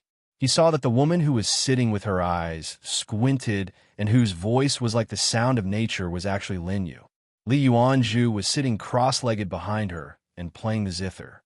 Not far from her was Hua, who was sitting behind a drum. The song gradually stopped, but the mournful sound of the flute continued. Rinpoche's expression also became strange. The scene in front of him was something that he had never expected. The world's top expert, the ethereal Li Yuanzhu, Lin Yu, the troublemaker Hua, and the superficial monk, Xing Ruo, were actually singing together. Not to mention their strength, they couldn't possibly go together with their identities. Li Yuanzhu and Lin Yu should be doing research in the laboratory, right? Rinpoche suddenly remembered that he didn't see them in the laboratory in the afternoon. He didn't pay much attention to it at first, since he needed to rest while being researched. He didn't expect them to be together. The song was very familiar, but he couldn't remember the name as it had been a long time ago. Your Highness is here. Li Yuanzhu looked up and greeted him with a smile. Arhut. Xing Ruo held a bone flute in one hand and put his palms together with the other. He was dressed in white and looked rather ethereal. Lin Yu was still squinting and disconnected from the internet. Hua jumped up from behind the drum and shouted, Father, what's going on? Rinpoche was puzzled. Father, we have formed a band. Sister Lin Yu is the lead singer. Her singing is good, right? Sister Li is the zither player. I'm the drummer. And Monk Xing Ruo is the bone flute and harmonizer. Hua's expression was written all over his face. I'm amazing, right? I'm amazing, right? Why aren't you praising me? If you don't praise me, I'll beat your chest with my little fists. Band. Rinpoche was a little confused. These people were going to form a band together? This didn't seem right. Yes. We're going to form a rock band, but we're still getting used to it. Isn't Sister Lin Yu's singing nice? We will definitely be popular. Hua said cheerfully. Li Yuanzhu nodded slightly and smiled. Lin Yu continued to disconnect from the internet. Xing Ruo smiled without saying anything and muttered, Amit Ba. Rinpoche looked at the four of them, then at them again, and then again. He had a stomach full of complaints, but didn't know where to start. A Taoist nun, a monk, a princess, a mysterious internet expert, and a rock band. How did these dozens of words come together? Also, the previous chapter was about studying extraterrestrial experts. How did this chapter jump to a rock band? After a while, Rinpoche suddenly slapped his thigh and looked at Li Yuanzhu with a strange expression. He remembered the name of this song. A Taoist nun friend of mine, do you know the name of this song? Generally? Poster, share.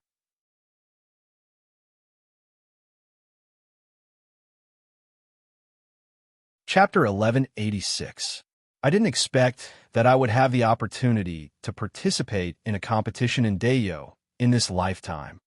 Su Meijun sat in front of the table and sighed softly.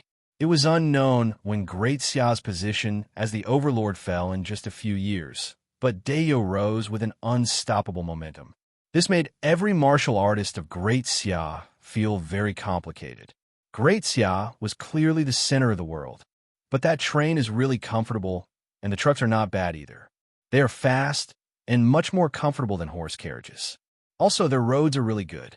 Every year, the imperial court's laborers repair, and many people die. I wonder how many people are buried under such roads. A young girl at the side commented. Dayo's train was very comfortable, Dayo's trucks were very comfortable, and Dayo's roads were very good. But Dayo must have lost a lot of people in buried piles of bones. Those corrupt officials didn't care about human lives at all. In short, their contributions will be remembered for generations to come. Su Meijun concluded. Oh, it's really as evil as you say. An old man at the table beside laughed after listening from the beginning to the end. Oh, what did you say? Su Meijun turned around and saw a stout old man in a silk robe. He was served by a manservant beside him. There are professionals in charge of repairing roads. There are definitely people who die. Birth, aging, illness, and death are inevitable. But there aren't many people who die. It would be too exaggerated to see bones everywhere. There's a group of people who specialize in repairing roads. They know how to do it, what materials to use, what speed to do it, and how to do it safely. After all, they specialize in this, and this is called professionalism. Just like how an ordinary person might injure himself with a knife. If it were the two of you, would it be possible? Similarly, the technicians in the construction team aren't incompetent either. The old man laughed and looked at the two of them as if they were two silly deer. If he wasn't afraid that the other party would draw a knife and chop him, he might have spoken his mind. Indeed, the two of them didn't see the meaning in his eyes. If they did, they would probably draw their knives and chop him. Su Meijun thought about it and felt that what he said made sense. She became curious. Construction team? They specialize in repairing roads and nothing else? Are they supported by the Ministry of Works? Yes and no. Are they from Great Xiao? It might not be the same as the situation in your world. It's a long story to explain in detail. Anyway, they get paid. Although it's a bit tough, it's still better than farming for others. At least they earn more money, the old man said with a smile and gave a simple explanation. Su Meiju nodded and looked down. It was a lively scene. The Yun nation had been conquered by Dayo. Not only were the people living in misery, but it was also a scene of orderly prosperity. Moreover, the commoner's sense of belonging was very strong. The two of them had only said a few words, and someone had already taken the initiative to explain. Senior Marshal Brother, is that the Initas saber? The girl felt bored after listening for a while. She turned her head to look at the street and suddenly exclaimed, he actually came as well. Su Meijuan's eyes narrowed. She turned around and saw a handsome young man with a cold expression in the crowd. He was followed by a few women. What caught people's attention the most was the large saber on his back. The saber was 2 meters long, and the saber itself took up half of it. There were 3 slanted ridges on the back of the saber, which could be used to lock weapons. Seeing this weapon, she knew the identity of the young man. He was the most famous young expert in Great Xia in the past 2 years, Jiang Zhong, the Initas saber. Jiang Zhong seemed to have noticed her gaze. He raised his head and glanced at her. His eyes were empty, as if there was nothing in them. There was no person, no light, and nothing could be reflected in his eyes. His gaze swept past Su Meijuan's face without stopping at all, as if she was just an insignificant person. He's so arrogant. He doesn't even care about Senior Marshal Brother. Before Su Meijun could speak, the girl was furious. In the next second, the Initas blade Jiang Zhong staggered on the ground. He tripped over something and almost fell to the ground, causing the girl's anger to turn into laughter. Serves him right. Su Meijun smiled and shook her head. It said that the Initas saber practices his saber technique in his mind all the time and doesn't care about anything else. His purity is indeed amazing and enviable. It sounds simple, but how many people can be like him? There are a lot of experts participating this time, but Senior Marshal Brother will definitely be fine. The girl said. The appearance of this yuan crystal alarmed too many people. Speaking of experts, what kind of experts are we? How many experts were there 10 years ago? Li Fu, Li Yuanzhu, Qi Zixiao, Jiang Zixi, Ma Hongyu, Su Gongso, and the others are experts. It's just that most of the top 100 experts in the world are missing. Their disciples aren't aware of them, and even Qi Zixiao rarely appears. Now, only Li Yuanzhu stands alone in this world, while Hong Wu and a few other protectors guard the borders. Su Meijun sighed softly in a voice that only the two of them could hear. Not to mention the peak of the spirit wheel experts. If he could watch them fight, he might be able to find an opportunity to break through. However, After that group of experts disappeared 100 years ago, there was a gap in the world of Great Xia. Nowadays, if an expert wanted to advance further, there wasn't even a reference other than the descriptions in the secret manuals. This was one of the reasons for the decline of the world of Great Xia. Although the outstanding young experts who came this time were here for the Yuan crystal, it wasn't as if they didn't have the intention of inquiring about it. For the next few days, Su Meijun stayed in Wangjing City. From time to time, she would meet familiar young experts to chat or discuss martial arts. During this period, she would also look for opportunities to inquire about those legendary experts, but to no avail. During this period, some other things happened. For example, within half a month, 30 experts died in Wang capital city, and all of them were killed by swords. No one knew who the killer was. All they knew was that the killer's sword was very fast, and the people who died under his sword included left-hand sword Isning, who was famous for his fast swords, and quick saber Chiohe. The others were not nobodies either. They were all famous young experts. Another example was that there was a young girl in the city who looked to be about 14 or 15 years old and loved to watch the excitement. Whenever someone was competing, she would hold a melon in one hand and a melon in the other. She would squat at the side as if she was watching a monkey show and would sometimes even give a few pointers.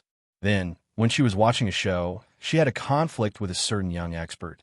With a few punches and kicks, she pressed that young expert and his group of friends to the ground and even forced them to call her daddy. The other onlookers were immediately shocked. At this moment, everyone knew that she was also a great expert and one who was several stories tall. Oh, killer ghost? Rinpochian chuckled as if he had heard a joke. In reply to your highness, these are all false rumors spread by ignorant people. Jin Kunming, the commander of the rearguard commandery, said with a laugh. After laughing, he changed his tone and said, although it's a false rumor, this person's sword is indeed very fast and strong. If we let him continue to cause trouble, it won't be easy to clean up. Everyone is already panicking now. Have you found out his identity? Rinpochian asked. Yes, his name is Li Dai. His origin is unknown, and he's about 20 years old. He's a man of few words and seems to rarely talk to others. He's a little strange when talking to people. He doesn't have any inheritance and seems to have jumped out of the deep mountains and forests. It's suspected that he obtained a secret manual from an ancient tomb. Well, you've done a good job investigating, Rinpochian praised. It's my duty. His strength. He's at the earth embryo stage, just one step away from entering the path of heaven. Those who died in his hands were also at the earth embryo stage, but they weren't as fast as his sword. Rinpochian thought for a while and said, well, Yu Qing is watching the show from Wangjing, right?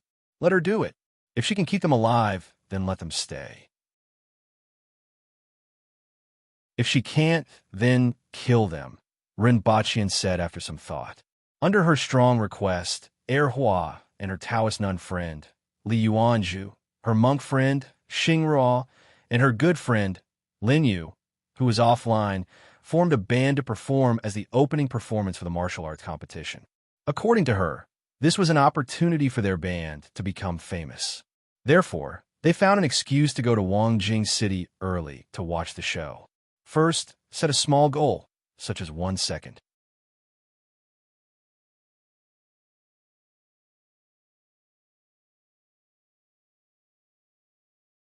At most, it would just be 1 or 2 more martial artists dying. The telephone pole was like a moving telephone pole. If he hadn't turned around, he wouldn't have known that someone was following him. Li Dai looked like a shy young man. His appearance was not outstanding, and his clothes were extremely simple, giving off a rustic vibe. But such a young man is the man-killer fiend that has been causing a lot of anxiety in Wangjing recently. At night, Su Meijun was sitting in her room when she suddenly heard the sound of a stone smashing against the window frame. Boom! Su Meijun jumped out of the window and saw a figure standing on top of the wall. He was wearing a green robe, and his hair was simply tied behind his head. He held a sword in his hand, or more accurately, a sharpened piece of iron. It was so simple that it couldn't be any simpler. There wasn't even a blade, only a rope tied around the end of the sword. I heard said, sword technique is very good. A slightly shy person spat out each word with a slight stutter. Draw your sword. You die. I live. Su Meijun originally thought it was a young martial artist who came to ask for advice. After all, the other party made it hard for people to raise their guard. But as soon as he heard this, his expression changed. Man, killer fiend, draw your sword. Li Dai repeated. Su Meijun's expression changed a few times. As a confident martial artist, he naturally wouldn't think that he was weaker than others. But of the people who died under the hands of the man killer fiend, he was very familiar with two of them, and they weren't any weaker than him.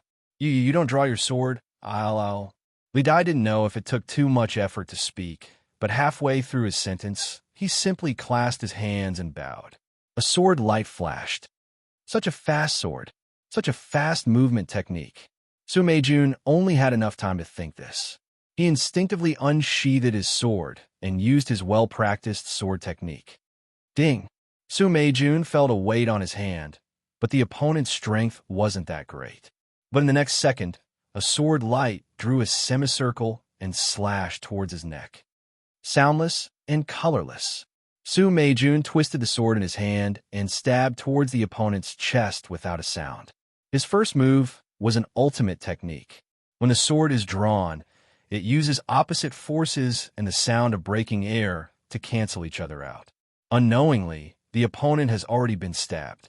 It can kill the opponent soundless and colorless, hence its name. Especially in a night battle, its power is even greater. Often, the opponent doesn't even notice when the sword has already arrived. But the sword in Li Dai's hand was even faster. It spun in the air and flicked the rainwater towards Su Meijun's face. Not good. Just as Su Meijun had this thought, the rainwater was already in front of him. He could only wave his sleeves to block it and quickly retreat. If this rainwater hit his face, he might become unrecognizable and even affect his eyes. But as he blocked the rainwater, Su Meijun felt a pain in his chest. It's faster than the sword just now. Su Meijun suddenly realized. When Li Dai attacked, there was a ruthlessness that was the complete opposite of his usual shyness. His eyes were full of focus and devotion. One sword left a 3-inch long wound on Su Meijun's chest. The next sword went straight for Su Meijun's neck. It was almost like a shadow, not giving Su Meijun any chance to escape. Su Meijun blocked 2 more swords in a rather awkward manner. Seeing that the third sword was already in front of her, she couldn't dodge it anymore. She cried in her heart, "It's over." She couldn't understand why her opponent was so strong when they were both at the peak of the Earth embryo stage.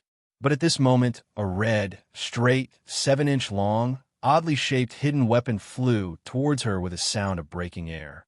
Taking advantage of the time, when Li Dai cut off the hidden weapon, Su Meijun rolled backwards in an extremely awkward manner and dodged this fatal sword. Both of them looked in the direction where the brick came from and saw a girl in blue holding an umbrella on the wall. She was sitting there, swinging her legs. She extended her other hand to the side, and a tall, thin man handed her a red hidden weapon. Not far away, another man in black was tearing down the wall. He broke it into pieces and placed them next to the tall, thin man. One was tearing down the wall, and the other was handing bricks. The scene looked quite harmonious. It's you. Li Dai's gaze froze. He didn't know when the other party had appeared. It's me. Honeysuckle held the brick in one hand and the umbrella in the other. It's you. Li Dai's gaze froze. He didn't know when the other party had appeared. It's me. Honeysuckle held the brick in one hand and the umbrella in the other. I want to stop you. Honeysuckle seemed to think it was very funny. He mimicked Li Dai's words, making his face flush. A sword light cut across the night sky. Li Dai didn't have any protective feelings for the fair sex. Honeysuckle seemed to be startled, and his body fell backward. In the next second, the whole wall flew into the air. While still in the air, it turned into countless bricks and pieces of cement, smashing toward Li Dai's face. Even Li Dai was caught off guard by this move. The water from the sword dance couldn't get in, and all the bricks and cement were swept away. You're scaring me. Honeysuckle's figure appeared from behind the brick wall. Her face was adorable, and she seemed to be gnashing her teeth. This made Li Dai a little speechless. It was the first time he had encountered such a situation since he left the mountain, and he didn't know how to deal with it. Yes, you can't hold back against an enemy. Li Dai said something that sounded like an explanation, and then his expression turned serious. Oomph. If you weren't so cute, I would have killed you with a slap, Honeysuckle said angrily. You want to fight? I'll beat you until you call me daddy today. Give me the knife. Honeysuckle stretched out his left hand, and another man in black appeared in the night. He respectfully handed over a 2-meter-long Xianhua axe. Judging by the size of the axe, it must be at least 50 kilograms. This isn't a knife, Li Dai said stubbornly, which made Honeysuckle's eyes widen. Even Su Meijun was somewhat speechless. The youth who had almost taken her life was actually such an honest fellow. Come. I'll let you make 3 moves first, Honeysuckle said carelessly with the axe on his back. Li Dai's expression turned serious. He could feel that the girl in front of him was very dangerous, so he didn't say anything more. He moved 4 to 5 meters away. The sword light was extremely beautiful, and it was dazzling.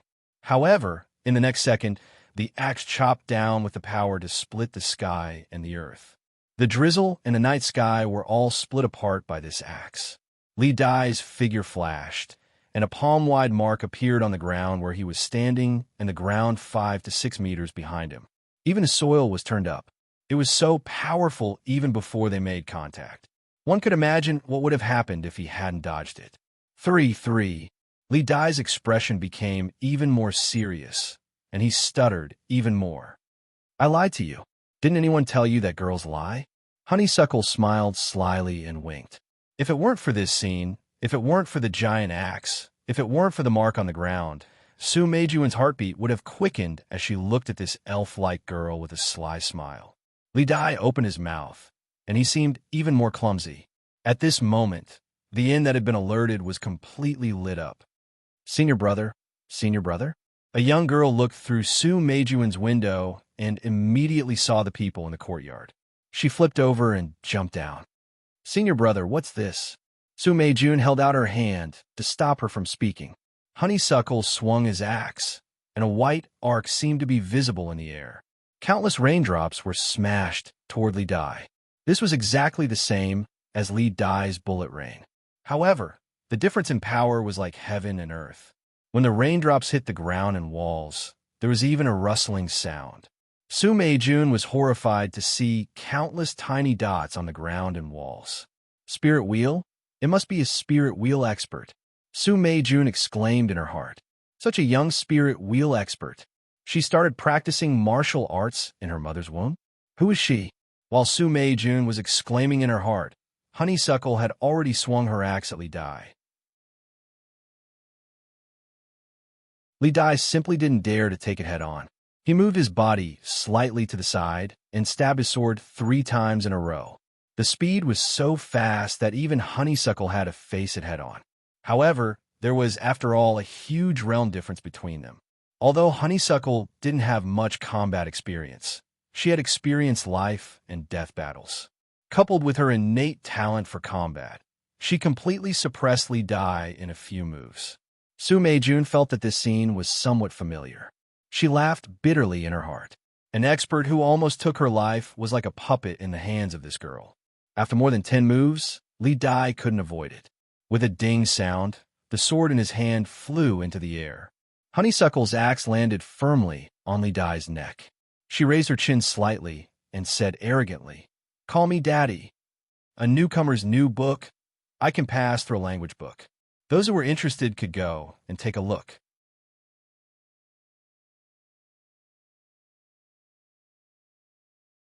Chapter 1188. Li Dai didn't call him father after all. Honeysuckle didn't make things difficult for him. He threw the Xian flower axe aside, sending the person who caught it flying a few meters away. Come with me. Honeysuckle glanced at Li Dai with disdain. You want me? Li Dai stuttered and didn't know what to say. He couldn't beat him, so he suddenly didn't know what to do. After all, Li Dai was a rather innocent young man. You're so weak that you can't even speak clearly. What can I ask you to do? I still need someone to serve the dishes and pour the water. You're the one. Honeysuckle was even more disgusted. Although he said that, Honeysuckle still felt that this child was quite fun. Simple, reserved, and stuttering. However, when he picked up the sword, he became a completely different person.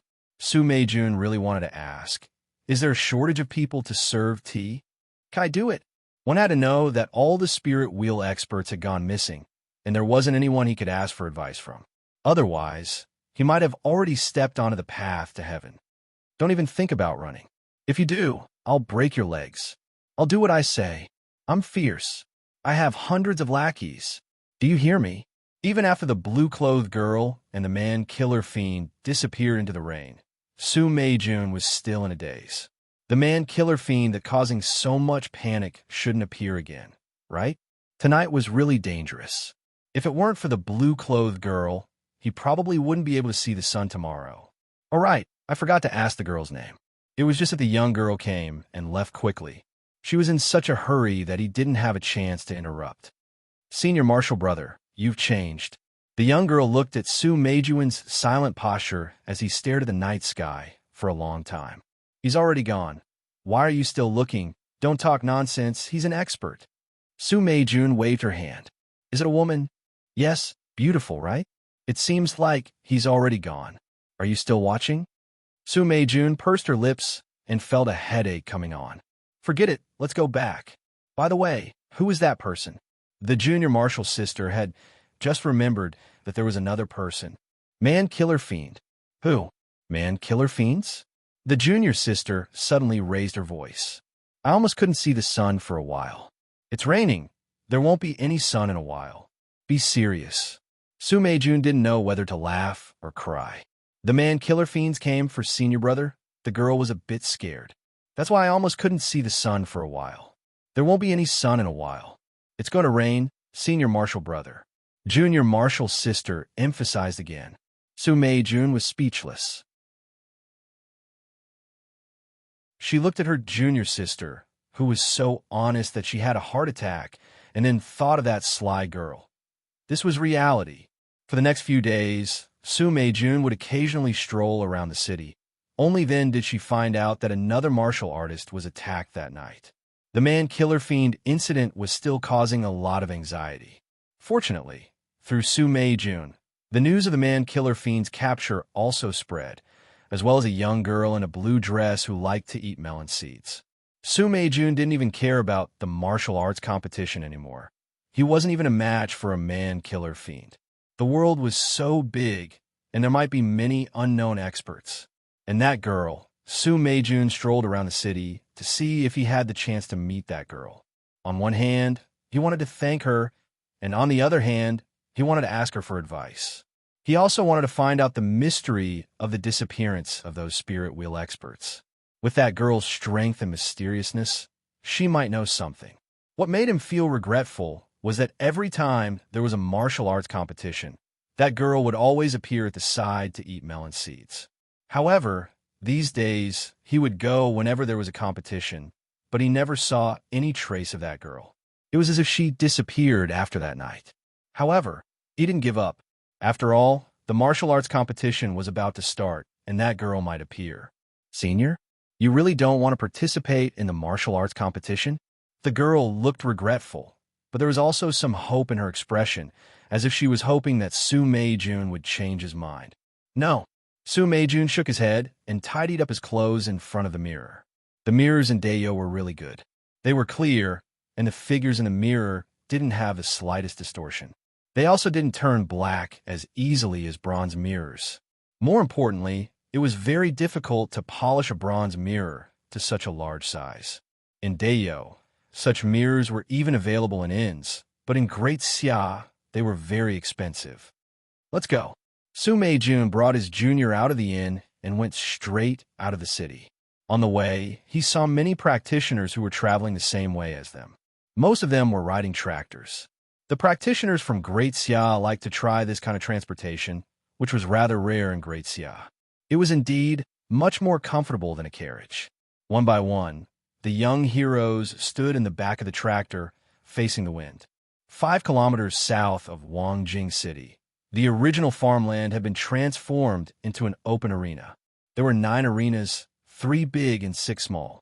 The 3 big arenas were the main arenas, and the 6 small arenas were used for the preliminaries. In addition, there were layers of spectator seats around the arena, which could accommodate 3,000 people. It seemed like a lot.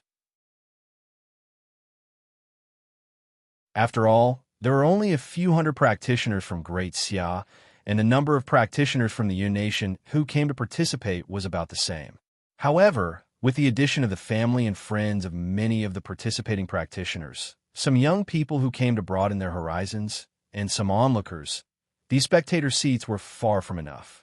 However, the officials in charge of this matter had already made preparations. In addition to adding a large number of spectator seats, they would also install a large screen outside the arena to broadcast the battles inside. Su Meijun and his junior got a seat with the invitation letter. They turned around and saw some of the more famous young practitioners around them. Many of them had interacted with them before, and they nodded to each other in greeting. At 8:30 in the morning, the Minister of War, Qin Chuan, went up to the center of the arena to give a speech. His voice was transmitted through the speakers in the arena. Although I see you as a bunch of bugs that I can crush with 1 foot, Her Highness is willing to give you a chance. In that case, show me your strength. Qin Chuan's merciless words made many of them angry, and they wanted to draw their swords and fight to the death. However, looking at the thousands of soldiers around them and the hundreds of winged cavalry warriors who were looking at them provocatively, they could only suppress their anger. Get him to come down. Ren Baqian, who was in the spectator stand, said to the guard beside him with a black face. This guy's opening speech was already like this? Ren Baqian didn't spend so much effort to select talents with potential just to turn them into his enemies. Qin Chuan didn't mind being called off the stage by Ren Baqian. The next person to go on stage was the MC that Ren Baqian had already arranged. After a provocative speech and explaining the schedule and the relevant prizes, the MC said in a high-pitched voice, "Next, let's welcome the lead band to perform." Many practitioners in the spectator stands were dumbfounded. Lead band? Band? What did that mean? They knew about performing on stage. However, as soon as they stood on the arena, there was an uproar from all around. Su Meijun was also surprised to see the girl in blue on the stage. Although she had expected her to appear here, she didn't expect her to appear in such a capacity. What was even more surprising was the identities of the other people. Li Yuanzhu and Lin Yu. Many people knew who these 2 people were. They were the 2 most powerful people in the martial arts world and were extremely beautiful. No one would have thought that such people would actually perform on stage. It was simply unbelievable. Many people recalled the rumors that Li Yuanzhu was related to Dayo, and from the looks of it, it seemed to be true. In addition to Li Yuanzhu, Lin Yu, and the girl in blue, there were 2 other men. One of them was bald, and the other made Su Meijun's pupil shrink. It was the man-killer ghost.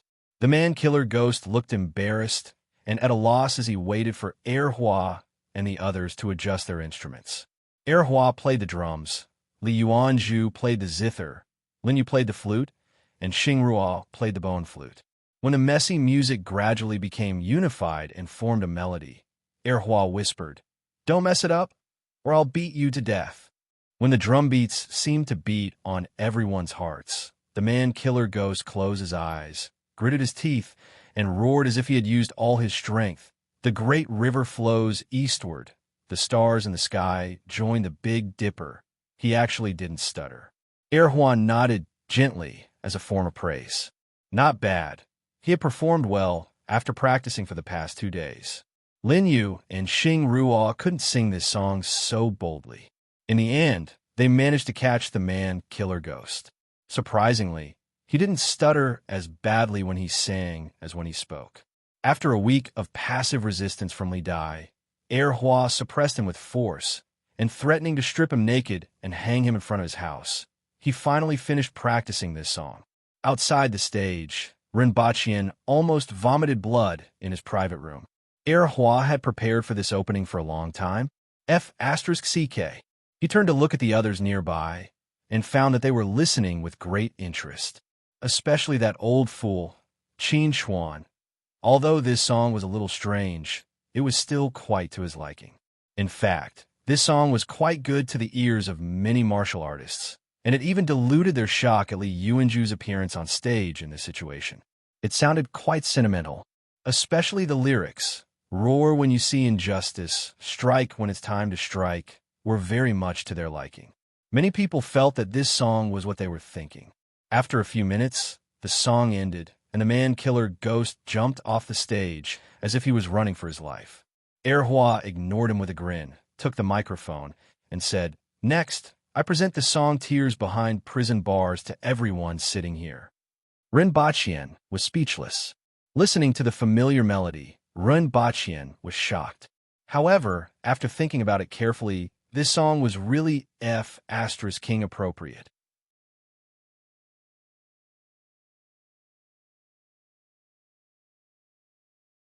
Chapter 1189. The song, Tears Behind Prison Bars, made many martial artists hold their swords in their hands and look around in confusion. Who am I? Where am I? What am I doing? The lead band became famous with a single song. Many people wanted to curse at him. If it wasn't for the sake of the two seniors, Li Yuanju and Lin Yu. If it wasn't for the fact that they couldn't defeat him. At noon, Su Meijun heard about the girl's identity from others. The princess of Dayo, Qi Yuqing. After all, some of the families and chambers of commerce in the Yun nation would go to the imperial capital from time to time. Many people had seen this princess who liked to drink at the Shanhui house. The identity of Hua spread from those people to the martial artists of the Yun nation and finally reached the ears of the martial artists of Great Xia. This made many martial artists feel the malice of the imperial court. Su Meijun was surprised to hear the news. What surprised him even more was that she was only 11 years old. Su Meijun suddenly felt a little fearful and a heavy sense of guilt when she thought about the other party's age a few days ago. After debating for an hour whether or not she was a pervert, Su Meijun went to the martial arts competition organizing team. I was delayed due to some matters. Is it too late to register now? This is my invitation letter. Those who have an invitation letter can enter the seated group, but you definitely can't enter now. You'll have to fight from the preliminary round. If you agree, there's still an empty spot. The organizing team could be said to be the people who understood His Highness's thoughts the best. In the face of such a famous martial artist, they also adhered to the spirit of special treatment and gave him a way out. Then let's start from the preliminary round. Su Meijun made a prompt decision. Senior brother, didn't you say that you wouldn't participate? I changed my mind, Su Meijun said. After knowing the girl's identity, he felt that it would be very difficult to get in touch with her and ask her questions. However, if he obtained a good ranking in the martial arts conference, he might have a chance to get in touch with her. Father, did I sing well? Hua scurried in front of Rinpochian and used the word scurried at lightning speed. Did you sing it? Rinpochian chuckled. I was the one who formed the band, so of course I get the credit, Honeysuckle grumbled. Not bad. Rinpochian nodded slightly and changed his tone. You've been out long enough. Come back with me? I want to stay for a few more days to see how they fight. Besides, this is also a chance to learn from others, isn't it? Honeysuckle quickly found an excuse. It's up to you, but you can't delay your homework. I've already brought your homework and exam papers. Find a time to finish them and have someone send them back. Rinpochian gave the imperial bodyguard a look, and the imperial bodyguard immediately understood what he meant. He took out over 50 kilograms of homework and test papers and slammed them on the table. Honeysuckle felt his heart shatter. He wasn't her biological son, definitely not. Do you want me to go back with you? Honeysuckle asked. The homework can be reduced by half. Rinpochian had a look of approval on his face. Forget it. If I die, then I die. I'm not going back. Honeysuckle shouted and disappeared without a trace. You stay here and remember to watch the princess finish her task. Rinpochian gave the imperial bodyguard an arduous task. The guard's forehead was covered in sweat. Your Highness, what about your safety? Should he let Cho Chi and Zwatai stay? The two of them can fight better than you alone. Rinpochian patted the guard's shoulder and entrusted him with an important task. By the way, Keep an eye on Li Dai and other people who appear near the princess. The princess is young and doesn't know the dangers of the world. If anything goes wrong, kill them first. If there's a mistake, don't let it go. Understood. All right. Rinpoche nodded and walked away. He had come all the way here just to watch the opening ceremony and leave without even showing his face. As for the rest of the competition, someone would naturally report it to him. If he wanted to watch it, he could see it in the capital. After Rinpoche left, Honeysuckle resumed his days of eating melon seeds, watching the competition, and strolling around with his new subordinates. At night, he gritted his teeth and curled up in his room to do his homework. As the competition progressed, some outstanding martial artists gradually became known to the world. Even Rinpoche had heard of them. For example, Great Xiaz Anita, Sword Jiang Zhong, Light Rain Sword Su Mei Jun, the Mei sisters from the Yun Nation, and Xiong Shuitai and Shur Anan from the Aboriginals. Are you going to challenge him? Honeysuckle asked as he sat in the private room and watched Jiang Zhong use his sword to form a net that enveloped his opponent. Yes. Li Dai sat in his chair and straightened his body. Why? Is there a grudge? Honeysuckle asked curiously. Li Dai scratched his head and said, He is the most famous. Honeysuckle's curiosity immediately turned into disgust. And then? He's very, very powerful. He sharpens his sword, accumulates his power, and wins in one battle. This was a way for great Xia martial artists to hone their mental strength. If they won the last battle, their mental strength would be at its peak, allowing them to break through the Earth embryo stage and enter the path to heaven. However, this required the life of an expert to be the cornerstone, be it the opponent or oneself. Honeysuckle thought about it and commented, boring. Li Dai was so angry that his face turned red. At the same time, a young man looked at the green on the distant horizon and was ecstatic. I see green, I see green. Really? Where? When the young men and women behind him heard this, their exhausted bodies suddenly glowed with new strength. It's right in front of us. We can definitely reach it tonight. The first young man had 2 short horns on his head and was very tall. If we walk fast, we can get out of here tonight. Lin Dong, who had been following behind them, suddenly said. That's great. This MLM team finally walked out of the area outside the wall of 2 realms that was filled with poisonous fire. Late that night, the exhausted young men and women stepped on the grass and fell down. Lin Dong opened his arms and felt the yuan qi that was rushing toward him. It was even denser than at the wall of 2 realms. In his eyes, the whole world seemed to be different. The solid bottleneck in his body began to loosen, which made Lin Dong a little excited. As long as he found a place to cultivate, he believed that he would be able to break through in no time.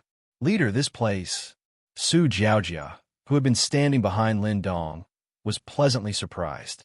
Not a bad place. Lin Dong looked into the distance with his deep eyes. It was as if he was embracing the world with his hands. Thinking of the heavy responsibility on his shoulders, he finally gave up the idea of finding a place to cultivate. No matter what, he had to let these foreign races gain a foothold among the foreign races first. Let them eat the soul-cleansing pill first, Lin Dong ordered. After walking for a few more days, the group finally saw the field. This place was very close to the Gray Thorn Tribe's village. Lei Li, Lu Sheng, the 2 of you go to the Gray Thorn Tribe's village. Contact me once every 3 days through the radio and report the situation. Lin Dong said to a young Thunder Barbarian and a young girl with a snake tail. Yes, the 2 nodded. Whether it is you or them, you are all the children of the Ajati matriarch. You must let them know the Ajati matriarch's real name. No matter what, do not clash with them. They're just ignorant and do not know the great existence. The reason why I want you to go is to let them understand these principles. Understood, the 2 said loudly, their eyes filled with fervor. Go. Lin Dong nodded and led the rest of the group to go their separate ways. They still had to go to other places. The 6 of them could first gain a foothold in 3 foreign races' villages. Then, with these 3 foreign races' villages as the starting point, they would continue to spread southward. A day later, the short Gray Thorn Tribe's village panicked. They looked at the two higher races' arrival with trepidation, even if they were two young men. I wonder what the two of you want us to do here. The village head of the Greythorn tribe had a suspicious look on his face. This wasn't the territory of the Thunder tribe or the Serpent tribe. If he hadn't been to Stainless City before, he wouldn't have been able to recognize these two upper races. It's okay, don't panic. We're here to help you. Lu Sheng smiled. Do you know Amway? No, the Ajati matriarch. Miao Shu House.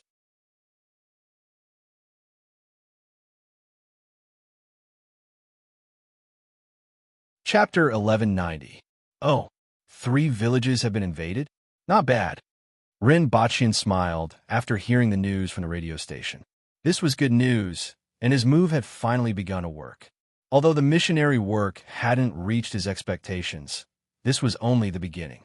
Back then, he, Lin Dong, and Xing Ruo had put in a lot of effort and couldn't find any mistakes in the teachings of the Ajati matriarch. As long as the other party's divine system was absorbed, it would be easy to eliminate the other party's rejection. Your God is an identity of the Ajati matriarch, and we also believe in her. Would you object? If you object, could it be that in your eyes, the God you believe in isn't the only one? Isn't it supreme? Since it's the only one, then my theory is fine. Isn't it very reasonable? Teachings? Are the teachings passed down by the gods or by you? If there is a contradiction, then your understanding is wrong. This kind of sophistry, coupled with the decision to integrate other divine systems from the beginning, was enough to break down the defense in the other party's heart. After all, this wasn't a confrontation, but absorption and integration. Most of the various religions guided people to do good, and all creatures yearn for the light. This was the nature of survival. As long as there was no conflict in the general direction, then small problems were easy to solve. Good news came from the south of the barrier, but after returning to Earth, Rin Baqian heard bad news. You used a nuclear bomb to blow up the capital of Thunder Barbarian? Rin Baqian raised his voice in surprise. This was a decision made after many discussions. Yang Sun looked serious. What was the result? Rin Baqian asked. Thunder Barbarian King escaped, but he was also seriously injured. Yang Sun's expression didn't look good. What exactly happened? Rin Baqian hated this kind of situation. In view of your warning and speculation about the strength of Thunder Barbarian King, a total of 3 nuclear bombs with a yield of 1. 3 megatons were dropped in 3 directions of the palace. Huh, Rin Baqian sneered. His warning was for them not to use force against Thunder Barbarian King. He didn't expect that in just a few months, even Thunder Barbarian King's capital would be blown up. Did they feel that they had stepped into the interstellar era and were inflated? The casualties of the Thunder Barbarian capital is 50%, and the rest of the population will find it difficult to survive for a year under the radiation. However, as you said, Thunder Barbarian King reacted before the nuclear bomb exploded and was injured but not killed. What happened next? Rin Baqian believed that something else must have happened. Otherwise, Yang Sun wouldn't have come looking for him. Yang Sun was silent for a moment before saying, Now, the other 2 Thunder Barbarian kingdoms have also made their move. They have already sent people across the sea. Don't tell me that's why you're here. Thunder Barbarian King only had 3 people. Even if they found a forward operating base, they could just change to another one. They can't possibly plant flags all over the planet, Rin Baqian replied casually. He was wondering what else Yang Sun had not said. From the beginning until now, he had probably been talking nonsense. Thunder Barbarian King was seriously injured? It was probably just a light injury. At the very least, he would be able to jump around with his injuries. Although the forward operating base was valuable, it was not worth fighting with 3 Thunder Barbarian Kings. As long as he avoided these 3 Thunder Barbarian Kings and a few Thunder Barbarian experts, the others would not be too difficult to deal with. An expert like the Thunder Barbarian King had already undergone a qualitative change and was no longer an ordinary creature. I wonder if you have any way to help us capture the Thunder Barbarian King? If there is such a living specimen, I believe that we will have a huge harvest, and the nation will also give you a huge. Yang Sun finally revealed his true intentions. However, before he could finish his sentence, the screen went black. Rin Baqian expressionlessly turned off the communication device with a hint of anger in his eyes. Capture? How to capture? Even a nuclear bomb couldn't do anything. What were those people planning? To let the Empress fight to the death. There was no other possibility. After all, in their eyes, the Empress was a powerful being that no longer belonged to humans. They had overestimated the Empress. They had overestimated themselves. Not to mention whether they could defeat them. Even if they could, they would not go to such a distant galaxy to fight to the death for them. Rin Baqian sat on the sofa without saying a word. His eyes were gloomy. He hadn't been this angry in a long time. After a while, he contacted Rin Wanyin and said, Wanyin, help me find out who is targeting your sister-in-law. In addition, send me the details of what happened in the four-leaf clover planet. Something happened? Rin Wanyin's expression turned solemn. Is someone crazy? He asked. One had to know that the Empress's strength was well known among the higher-ups of various countries on Earth. Someone actually dared to target her. Was he crazy? You investigate first. Rin Baqian waved his hand and didn't want to say more. Rin Baqian believed that someone would be willing to leak the news to him. After hanging up, Rin Baqian pondered again and felt that this matter wasn't as simple as someone targeting her. There might also be an intention to probe. Rin Baqian rubbed his forehead and gradually fell into deep thought. What else was behind the probing? Rin Baqian didn't like to deal with people who played politics because of this. It was tiring. Behind every intention, there might be another 10 or 8 circles. They wouldn't show their fangs if they didn't make you dizzy. Rin Baqian felt that in terms of brains, he would never be able to match them in this lifetime.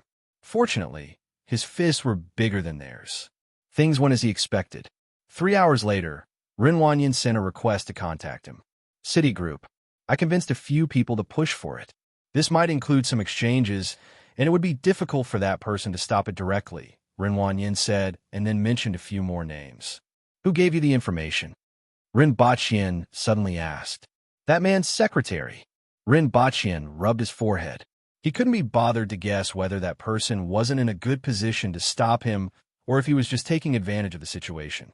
No matter what they thought, as long as his fist was big enough and as long as humans had not completely left Earth, it would not affect him much. As for those few people, it's not easy to move either. Not only them, but even the white flag was not easy to deal with. After all, this was a private matter that could not be brought to the table. Moreover, all the countries were working together to play landlord. How could he drag someone off the table and beat him up? After thinking about it, he came up with an idea. Remove the flag from the dojo. Since you're making trouble for me, I'll make trouble for you.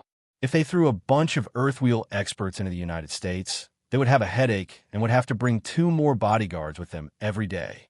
In particular, after the uproar caused by the Empress, the United States was full of vigilance against strong practitioners.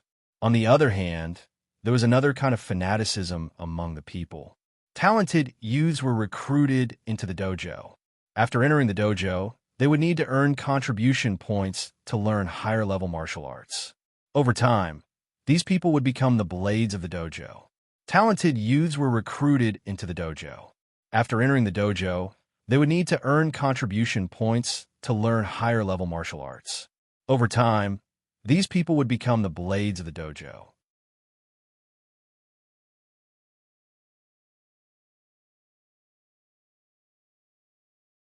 Chapter 1191. The registration of the company was rejected? I heard that every state in the United States is different. Not every state? Why? Everyone's visas were rejected. Rin Baqian threw the communication device with an indignant look on his face. I crossed the ocean to open a martial arts center to boost your economy. Why are you acting like you're guarding against me?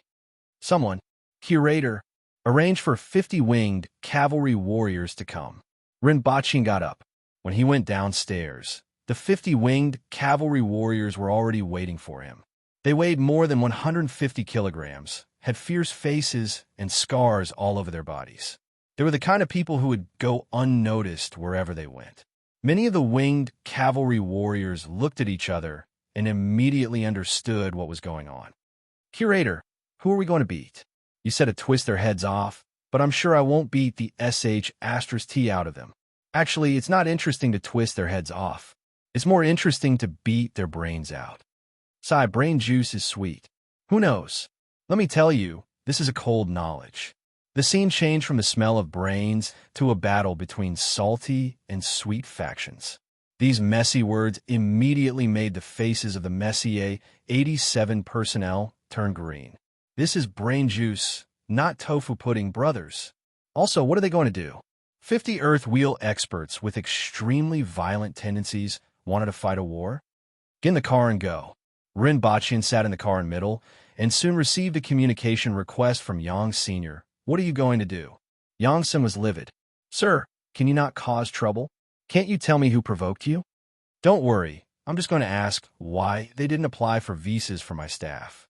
Rinpoche looked calm at this time. However, it would be strange if Yang-san could be at ease. 20 flying cars that had just gotten their flight permits went straight to Shanghai. After arriving in the suburbs, it took them another 2 hours to arrive at the Consulate General due to the damn traffic. By the time they arrived, the Consulate General was already facing a formidable enemy, and the roads on both sides had been sealed. Curator, who are we going to beat up? Or kill them all? The 50 bald men got out of the car and began to loosen up their muscles with fierce looks in their eyes. Beat, beat, beat. We are here to consult, Rinpoche scolded. Sir, what do you want? I asked. Why didn't you give us visas? Are you not giving them money, or are you discriminating against them for being ugly? Rinpoche grinned and squinted at the row of military officials and guards at the entrance of the consulate, as well as the people from the Armed Forces Command not far away. Rinpoche saw 3 Earth Wheel experts from the Armed Forces Command standing at the back of the crowd, looking like onlookers. There are rules for applying for entry visas. The people from the Consulate General broke out in a cold sweat. Which rule did we not comply with? According to the latest derivative clause of the Biological Weapons Convention, Earth Wheel experts are strictly prohibited from entering the United States, the person from the Consulate General said while wiping his sweat. Rinpoche was stunned and turned to look at the people from the Armed Forces Command. Is there such a treaty? Also, what does the Biological Weapons Convention mean? Can you explain to me what a biological weapon is? The people of the Armed Forces Command began to sweat and turned on their communicators to ask for information from the rear. This is a recently implemented rule. The people from the Consulate General were sweating even more, as if they had just been fished out of the water. Not everyone could remain indifferent in the face of 50 ferocious men surrounding them. Rinpoche was speechless. Damn, he felt that something wasn't quite right. The United States did announce this rule yesterday. The people from the Armed Forces Command emphasized the word yesterday and looked at the people from the Consulate General with a strange look. Rinpoche was speechless. In order to prevent us from entering the country, they actually introduced a new clause overnight. You guys have worked hard. Do you have a fake visa? Rinpoche directly asked the people from the Armed Forces Command. The Armed Forces Command was speechless. How are we supposed to respond to this? The faces of the people from the Consulate General darkened. Mr. Run, this is illegal. You guys can stand here and protest. Yes, stand here or sit down. Whatever you like. Rinpoche pointed to the line in front of the people from the Consulate General. There's no need to stand too close together. Why are you standing so sparsely? You can even squeeze through a dog. Protest? I can protest in our territory, right? Rinpoche casually said. Even if someone said no, he wasn't going to listen. You just stabbed me with a knife. Aren't you going to let me vent my anger? Is Earth owned by your family? Does the Consulate General have a back door? The 16 of you go to the back door. Remember, we are here to protest, not to smash, burn, and rob. Put away your ferocious looks and show your indignation. Do you understand? Do you know what indignation is? Yes, that's it. Rinpoche was satisfied to see the winged cavalry warriors gnashing their teeth and glaring angrily at him. Someone will come to deliver food and take over your shift. You guys can continue to protest here. Mr. Ren, the people from the Consulate General and the Armed Forces Command felt their scalps go numb. They had completely blocked the Consulate General. Rinpoche ignored them and went straight to the car. He was finally in a better mood. He returned to Wuji City, arranged for someone to deliver food, and return to Dayo. 5 days later, when Rin Bachin returned, he found that his communication device was about to explode from Yongsen's calls. "Mr. Rin, Uncle Run, please reply. It has been half a month. When did you withdraw your people?" Rin Bachin pondered for a long time and finally remembered this matter. After returning to Dayo for a few days, he had been in the laboratory every day and had forgotten about this matter. He immediately replied, "Oh, I forgot." Yongsun was delighted to see Rin Bachin's reply, but he almost vomited blood when he saw the content of the reply. "Forgot? Forget your grandpa." The back door of the American Consulate General in Shanghai was blocked half a month ago. This matter was even on the international news. "Have they agreed to enter?" Rin Bachin replied a few minutes later. Yongsun scratched his head. "With your current aggressive look, how would the American consulate dare to let you enter?" "They didn't agree. We can't not protest such discriminatory treatment, right?" Rin Bachin replied again and threw the communication device aside. He drew a screen in the air. It was a picture of Thunder Barbarian capital from the sky. The time was in the morning. 3 cylindrical objects left the spacecraft and fell toward Thunder Barbarian capital. When they were about 1,000 meters away from Thunder Barbarian capital, the tall king appeared in their field of vision. After looking into the sky, Thunder Barbarian paused for a moment before disappearing in an instant. Rin Bachin had to slow down the video to see that figure clearly. There was a person in between. The speed was 700 meters per second, which was faster than the Empress.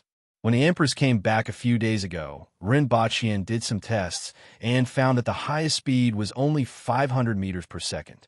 Then, 3 balls of white light lit up on the screen until the mushroom cloud completely obscured the image. This wasn't the first time Rin Bachin had seen this video, but he was still amazed by Thunder Barbarian's ability to detect danger. Even if he had never seen a nuclear bomb or even knew about it, he could detect the danger in a short period of time and immediately make the decision to leave. With Thunder Barbarian's speed, he could definitely leave the center of the nuclear bomb before it exploded.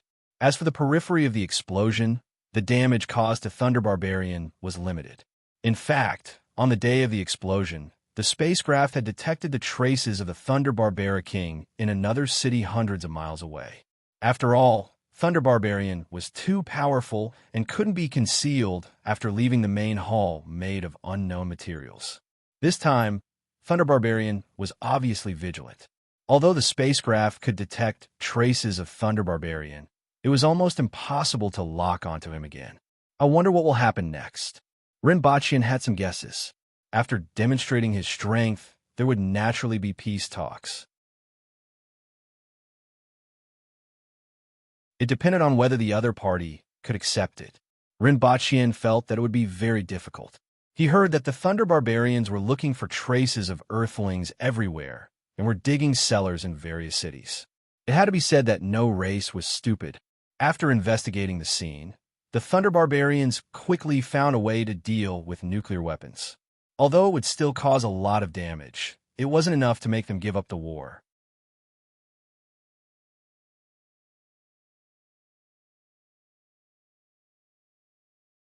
Chapter 1192. Rin Bachin did what he had to do next. Occasionally, he checked the news on the internet and saw the group of burly men from his martial arts center, even though they didn't show their faces. The winged cavalry warriors and disciples above the earth wheel level took turns in the martial arts center. Dozens of them stood there with signs of protest, and even a dog couldn't get in. If it weren't for the delivery drones, a few of them would have starved to death. What made him feel the most helpless was that the United States didn't even care about their reputation. Other than occasionally protesting in the country, they didn't care about anything else. In the end, they simply announced that the consulate would be renovated. "In any case, if I don't care about my reputation, don't even think about coming over." In the end, someone joked, "If others don't invite you in, you can't just barge in with a knife. Now that you've made a fuss, your face is in the mud." After protesting at the consulate for a month, Rin Bachin took the opportunity to withdraw his men. The consulate was renovated for another 2 months before it reopened. In any case, no one knew where it was being renovated. He just heard that the consul had returned to recuperate due to heart problems. The 3-month martial arts conference in Wangjing was also coming to an end. The most popular item during this period of time was probably the high-tensile anti-cutting underwear. After this item was advertised during the martial arts conference, it sold like crazy, especially after a few wretched fighters who specialized in attacking the bottom 3 advanced. No one wanted to make a single mistake in the arena. Not to mention being speechless, they wouldn't even be able to return to Great Xia. Su Meijun sat in a restaurant and looked around the crowd from time to time. After asking around, he heard that a girl like the one he saw the other day often appeared nearby. In fact, he had already asked around a few such places, but none of them had the person he was looking for. I don't know if this one is the one. Su Meijun took a sip of wine and sighed. How am I going to ask her when I see her? Will she tell me? Su Meijun didn't know about this, but this was the easiest way for him to get closer to the truth. Brother Su, I heard that you have been asking about a girl these days. May I know which girl caught your eye? A young man at the table next to him laughed. You can't talk about this. Su Meijun waved his hands. With that person's identity, he couldn't just casually spread the news. Otherwise, he would be in big trouble. Look at how nervous Brother Su is. The young man laughed loudly. Baseless rumors may not necessarily be false. Another young man waved his fan and laughed. Brother Su, don't let down your junior sister. The other valiant and formidable-looking girl also laughed, but there was a bit of truth in her words. Junior sister Su Meijun was almost hanging on his body. That posture, even a blind person could see. Su Meijun shook her head lightly. She couldn't explain it clearly to them. After sitting for a long time and seeing that the sky had darkened, Su Meijun still did not see the person she was looking for.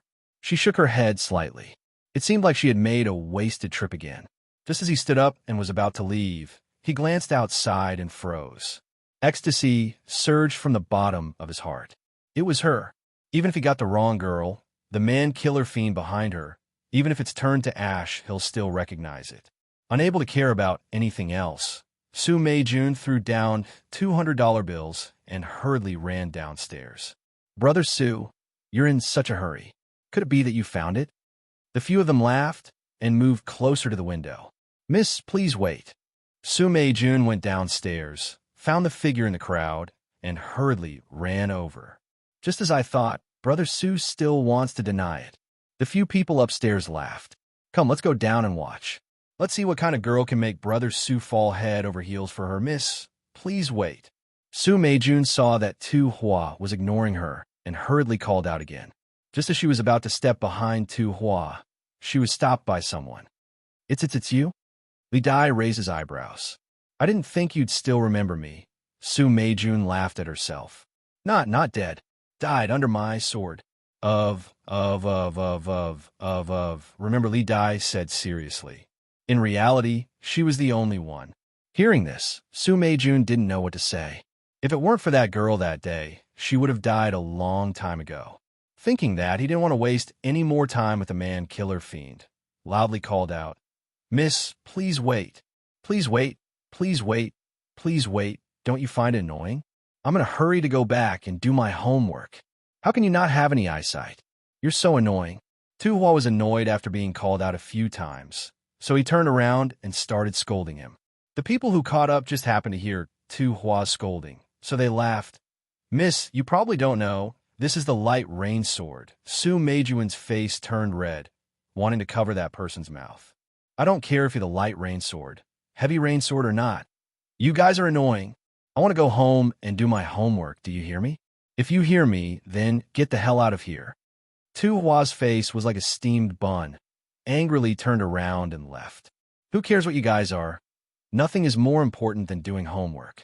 Su Meijun still wanted to say something, but a cold light flashed, and a sword was already at his throat. I have to do my homework. Don't get in the way. Li Dai used a lot of energy to finish his sentence with a serious face.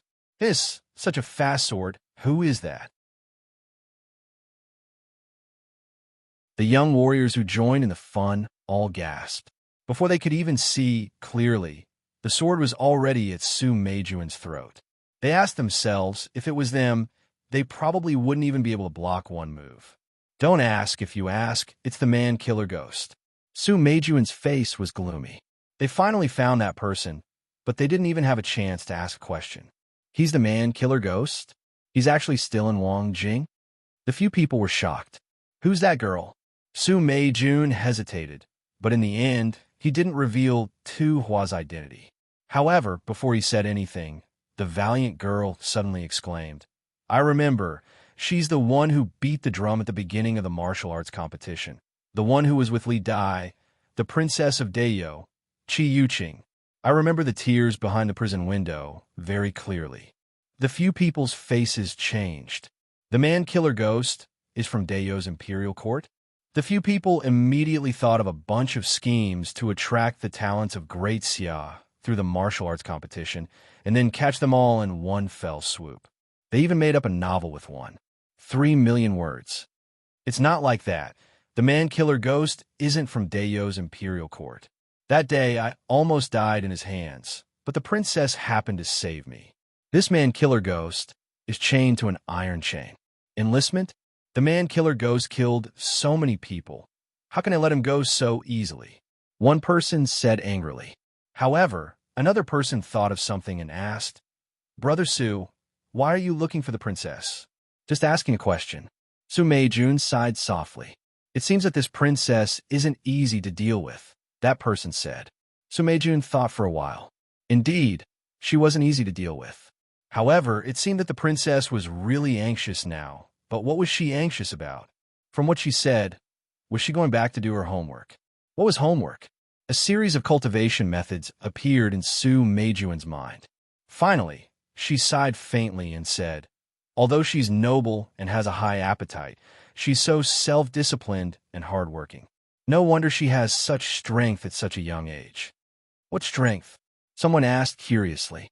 Is that princess an expert? According to their classification, she should be a cardinal heaven expert, which is also a spirit wheel expert.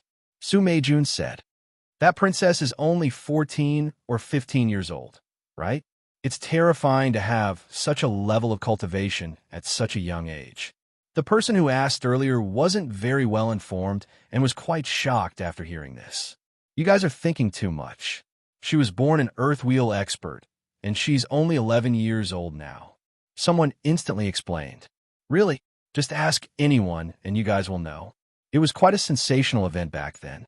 Speaking of which, you guys have been in Wangjing for so long, but you guys haven't even heard of this. Everyone fell silent after hearing this. She was born Earth Wheel expert, but they trained so hard. What was the point of it? They couldn't compare. They couldn't compare. Actually, you can say that she's 13 years old. She stayed in her mother's womb for more than 2 years than others.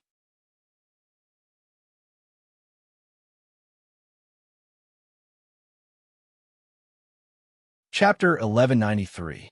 After finding the area where Lu Hua appeared, Su Meijun waited at this restaurant whenever he had time.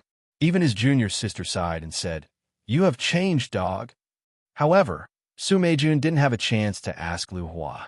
Almost every time he appeared, he was in a hurry. His words were always the same. I'm in a hurry to go home and do my homework. Su Meijun didn't get what he wanted even after the martial arts competition ended. However, the top 16 of the martial arts competition had to go to the capital to receive the award from the prince, which gave him some hope. You hit me with this thing? Lu Hua's eyes widened as he angrily pointed at the iron rod in Ren Baqian's hand. A bat? Did I pick it up from the garbage? I gave it to you while playing games. Ren Baqian waved the iron rod in his hand. Don't run, stop. Tell me why you hit me first. Lu Hua wasn't stupid and ran very fast. You still have the cheek to ask? What did you sing at the closing ceremony? Kill that great Xiao man. Xianja, hold her down. Ren Baqian was so angry that the veins on his temples were popping. Xianja looked at the father and daughter chasing after her and found it interesting. Even an iceberg that hadn't moved for thousands of years showed signs of melting. I just thought it was fun. What's the relationship between the lyrics and the title of the song? You actually hit me with that thing over such a trivial matter? Lu Hua felt wronged as he climbed over the wall and ran away from home. Rinpoche threw the iron rod on the ground and was so angry at Lu Hua that his liver was in pain. He had spent so much effort to organize the martial arts competition and recruit talent from all over the world, but Lu Hua's tears behind prison bars and kill that great Xia man had ruined everything. "Your Highness, would you like some tea?" Exange asked leisurely. "I'm so angry that I'm not thirsty anymore." Rinpoche rubbed his temples. Lu Hua was really troublesome. "Drink some tea to get rid of the heat," Exange added, causing Rinpoche to be slightly distracted. "Since when did you know this?" Rinpoche turned his gaze to Exange. She was still dressed as a bespectacled woman, but her glasses were different every day. Over the years, Rinpoche would often put glasses on Exange as if it was her only hobby. Oh no, only two. As a result, the walls of Exange's room in the palace were filled with glasses. A rough count showed that there were at least 800 of them, if not 1,000. She would change them every day. Exange pushed up her glasses and thought for a long time before replying, "I've been suffering from excessive internal heat these days and have gotten pimples." Rinpoche carefully sized up the pimple again and again, but he couldn't find it. Su Meijun sat in the bus and looked at the scenery on both sides. She suddenly had a thought. If you don't come to the imperial capital, you won't know the prosperity of the world. He had been to the imperial capital of the Great Xia before, and although it was prosperous, it gave him a feeling of lethargy. It was completely incomparable to the imperial capital, which was full of vitality and vitality. Needless to say, the capital of the Great Xia dynasty was not even as prosperous as this place. Looking at the tall buildings outside, the plaques shining with various colors, the street lamps that were dozens of meters apart, the pedestrians wearing all kinds of clothes, and the smiles on many people's faces, this feeling became even stronger. "Hey, why aren't you leaving yet?" the junior sister asked loudly. "I'm stuck in a traffic jam. Everything about the imperial capital is good, but the traffic jam is terrible. It was better 2 years ago, but it's especially congested this year," the driver replied while drinking water. "Sigh, back in the day, I was also a tractor god on the highway. When I turned a corner, others couldn't even see my shadow. Now, I can't even move because of the traffic jam." The driver lamented. "And then? Why aren't you driving the tractor anymore? Did you overturn and break your leg?" A warrior from the Yun nation who knew better laughed. "No, I was sentenced to half a year of hard labor for dangerous driving and intentionally injuring others." The driver chuckled. "Not many." That warrior from the Yun nation nodded. "No, I was racing with someone at that time. In the end, that person's car overturned, and I hit him when he fell out. That person was hospitalized for a month and sentenced to 3 months for dangerous driving. At that time, both of us were mining together. Those who hadn't experienced that period wouldn't know how lively the highway was at that time. The Transportation Bureau issued fines every day and became the richest department in the imperial court." Su Meijun listened while thinking silently. Sure enough, the people here were more energetic, even for a driver. "Brother Jiang, is there anything we need to pay attention to?" someone asked loudly. The person who was addressed as Brother Jiang was called Jiang Yu, and he was the son of an aristocratic family in the Yun nation. Upon hearing this, he said, "Just follow the rules. Also, don't fight. You will be punished regardless of whether you're right or wrong. If you have a conflict with someone, they're at a fighting arena in the city, and disputes are usually settled there. Also, the brothels in the city only sell their skills and not their bodies. If the lady likes them, they will keep you for the night. If they don't force them. It's different from other places," someone said with a smile. "Another thing is that you can go to any restaurant in the city, but it's best not to go to Shanhuai House," Jiang Yu added. "Why?" "That's a place where the second and third generations of officials hang out. It's easy to get into trouble there," Jiang Yu said simply. In fact, it wasn't just getting into trouble. That place had almost become the Aboriginals' private property. Other than the Aboriginals, only a few people went in and out without trouble. The others would inevitably encounter provocations and trouble. Su Meijun's heart skipped a beat when she heard this. After settling down at night, Su Meijun inquired about the location of Shanhui House. She might be able to get some information there. When she arrived at the entrance, she heard a lot of people laughing inside. Their voices could even be heard on the street. Then, she heard a young girl's voice. "Is anyone treating me to a drink? I ran away from home and didn't bring any money with me." Huh, the princess ran away from home again. Is it because she didn't finish her homework or because she failed an exam? Many people smiled. If the princess ran away from home in other places, it would be a big deal. But here, it was a common occurrence. They were used to it and delighted to see it. Su Meijun stepped into the restaurant. "It's my treat." As soon as she said this, the restaurant quieted down. One by one, burly men or valiant young girls looked over with unfriendly expressions. Even if the princess wanted someone to treat her to a drink, it depended on who it was. Could any Tom, Dick, or Harry treat the princess to a drink? "Brat, have you grown out all your hair?" A burly man provoked, causing a burst of laughter. "Why is it you again? You're so annoying." Honeysuckle looked over and immediately rested his chin on the table. He said impatiently, "Hey, brat, are you going to leave on your own, or should I throw you out?" A burly man immediately stood up. "I just want to ask you one thing," Su Meijun said sincerely. "Get out." A fierce wind came from the side. A slap was getting closer and closer to his face. Su Meijun's heart tightened. If this slap landed on someone else, their skull would probably be smashed. She immediately took 3 steps back and took another 3 steps forward. Then, she cupped her hands at Honeysuckle. Her retreat and advance were so fast that only afterimages could be seen. Su Meijun's nickname was Light Rain Sword. Other than her light rain sword technique, her lightness skills were also quite outstanding. "Forget it, don't do anything." Honeysuckle waved his hand weakly to stop the burly man's next move. He raised his head and asked impatiently, "What do you want to ask?" Su Meijun didn't know if this question should be asked in front of everyone. He looked around and saw that everyone had an unfriendly expression on their faces. He knew that this was the only time he could ask. He lowered his voice slightly and said, "May I ask, Princess, if you know where Ma Hongyu, Double Ring Sword Jiang Zixi, Su Gongso, and other experts are now?" Honeysuckle looked up at him and was a little annoyed. "Is that all?" "Yes." Su Meijun's heart jumped.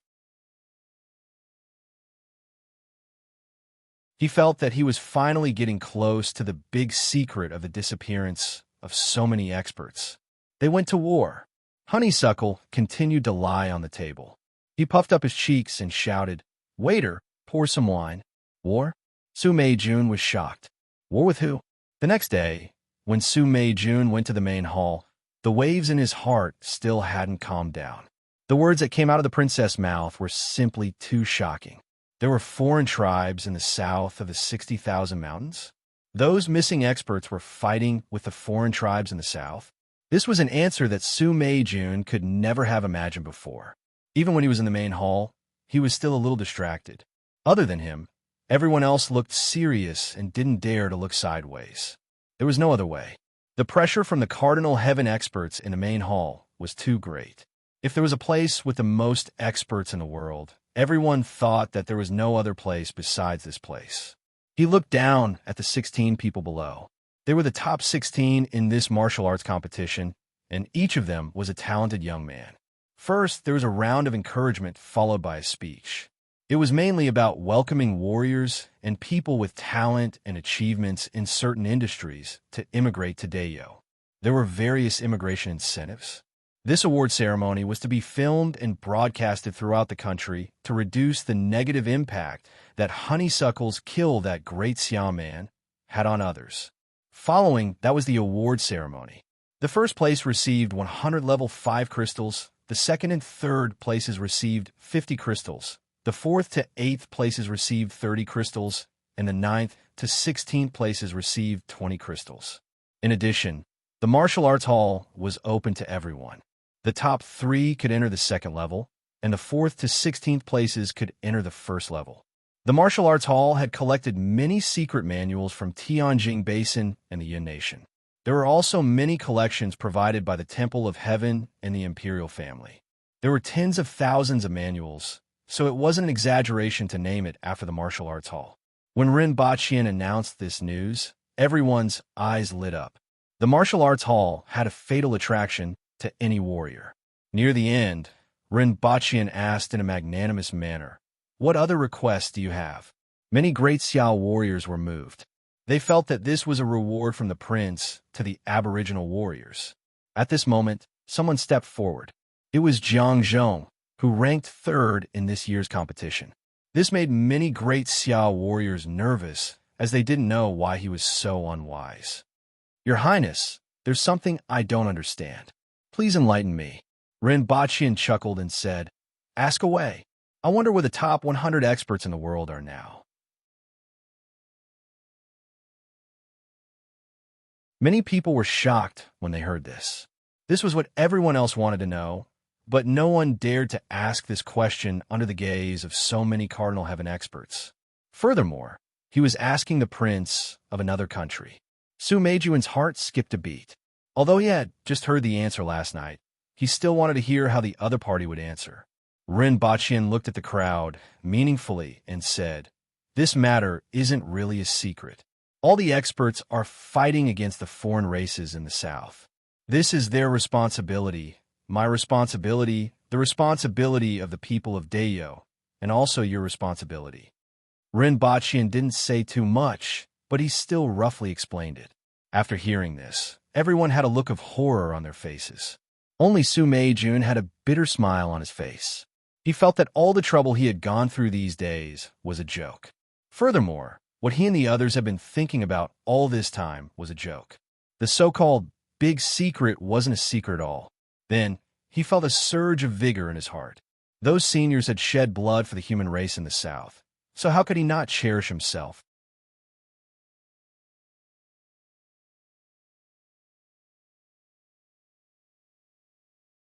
Chapter 1194. Lu Qing looked at the city wall in front of her, her heart filled with an indescribable emotion.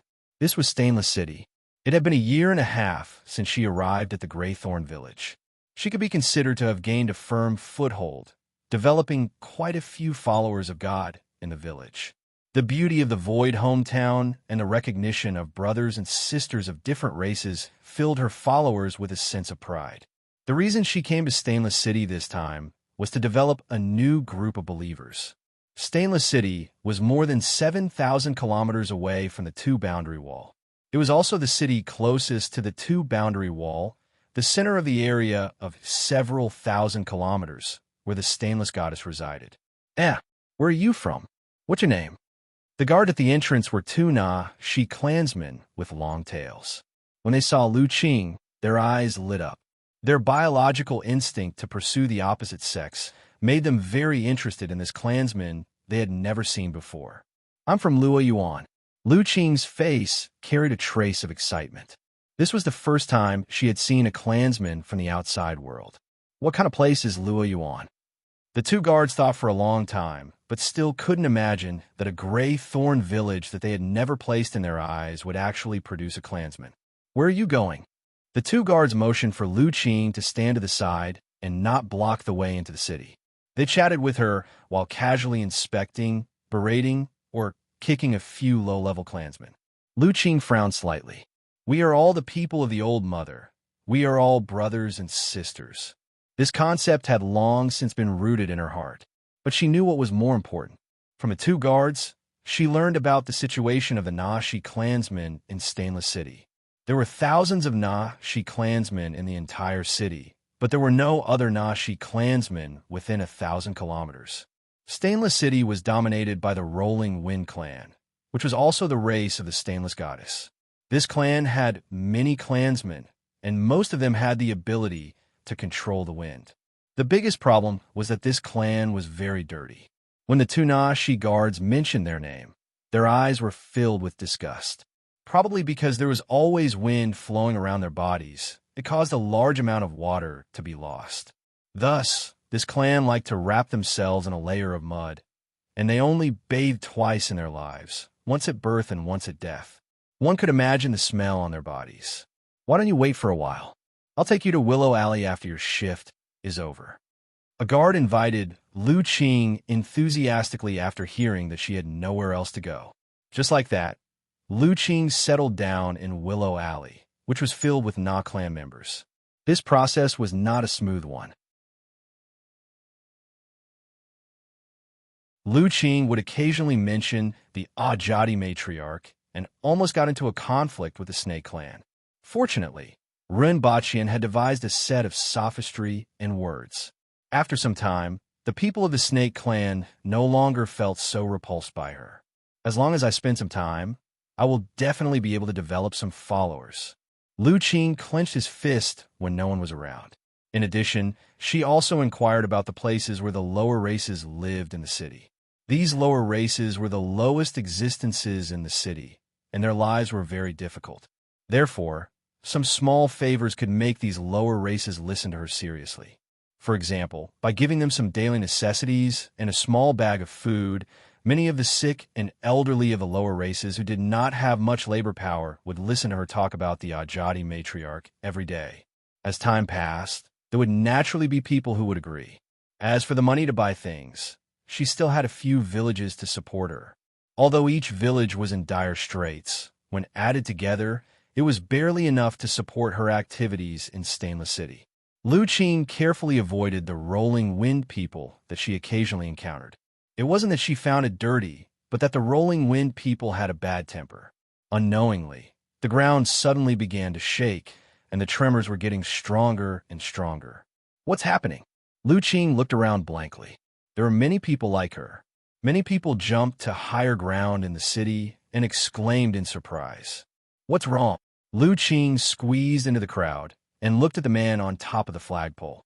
Many people below asked loudly. A huge beast. It's very big, twice the height of the city wall, the man on top gestured. Soon, some people who were a little further away from the city wall but had a wide field of vision could see that a huge head had appeared on top of the city wall. An earth spirit wearing a simple robe and a crown made of precious stones patted the giant beast's head and made it lower its head.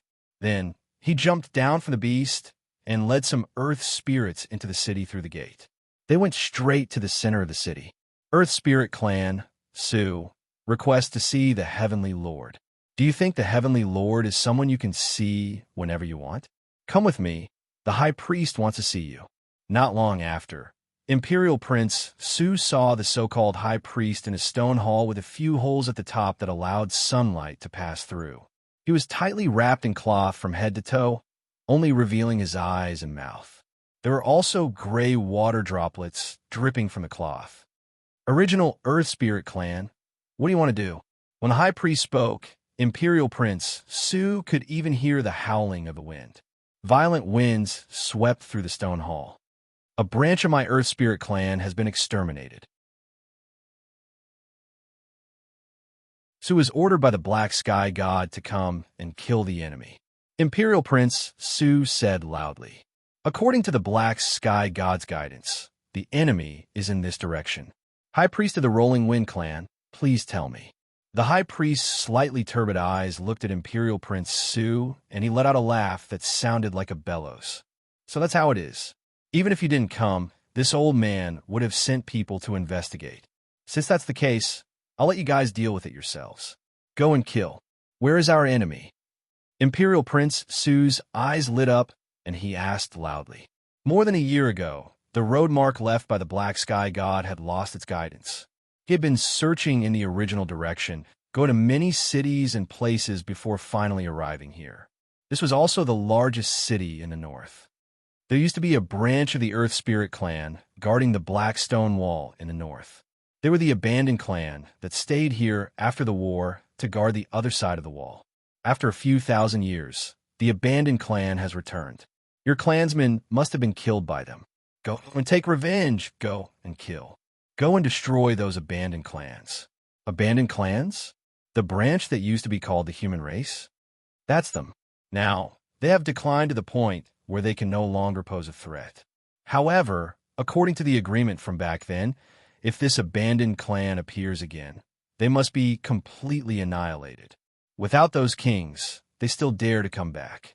They really don't know what's good for them. Let them experience the anger of the Earth Spirit Clan. The High Priest laughed. Since it was the agreement from back then, why did you let them go? Imperial Prince Su asked. Back then, other than a branch of the Earth Spirit clan and a branch of the Thousand Bone clan, there were still some sentries left outside the wall between the two realms. Some of them have already returned from outside the wall between the two realms. They first went to where the god of six gods is, then sent a message here. My rolling clan also just learned about it. If it's them, the Earth Spirit clan definitely won't let them go. After Sue heard about the enemy's message, he wore a cruel smile on his face and strode out of the main hall.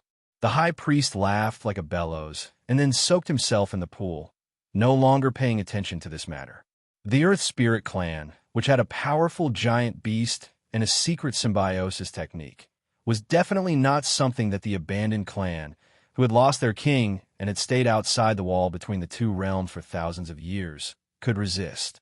In this way, he could save himself the trouble of mobilizing his troops and rations.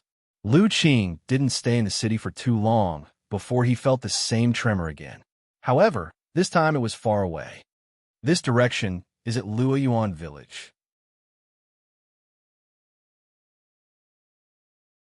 Why would such a powerful giant beast go there? But the high priest said that if there's an abnormal situation, I have to report it to him. Lu Qing thought for a moment, then returned to his room. He moved a piece of soil at the foot of his bed and took out a palm-sized metal cylinder. He first took out 3 antennas, then pressed a few buttons. Primary priest Lu Qing? What's the matter? A woman's voice came from the other side. Lu Qing remembered that it was the officiant beside the high priest. Today, some Earth Spirit clan members and very large giant beasts left Stainless City and headed north. The high priest said that if there's such a situation, I have to report it to him. After she finished speaking, she felt as if time had stopped for a moment. She couldn't even hear the other side's breathing. Then a slightly different voice came. You've worked hard. Do you know how many Earth Spirits there are? What kind of giant beasts? How many and which route they took? I don't know. I'll go ask around. Someone should have seen them at the city gate. The route they took was in the direction of Luoyuan village. Then, Lu Qing was a little worried. Will the gray thorns in the village be all right? They'll be fine. After saying this, the officiant encouraged him again and hurriedly turned off the radio. First set a small target, for example, 1 second. Remember, bookseller's residence.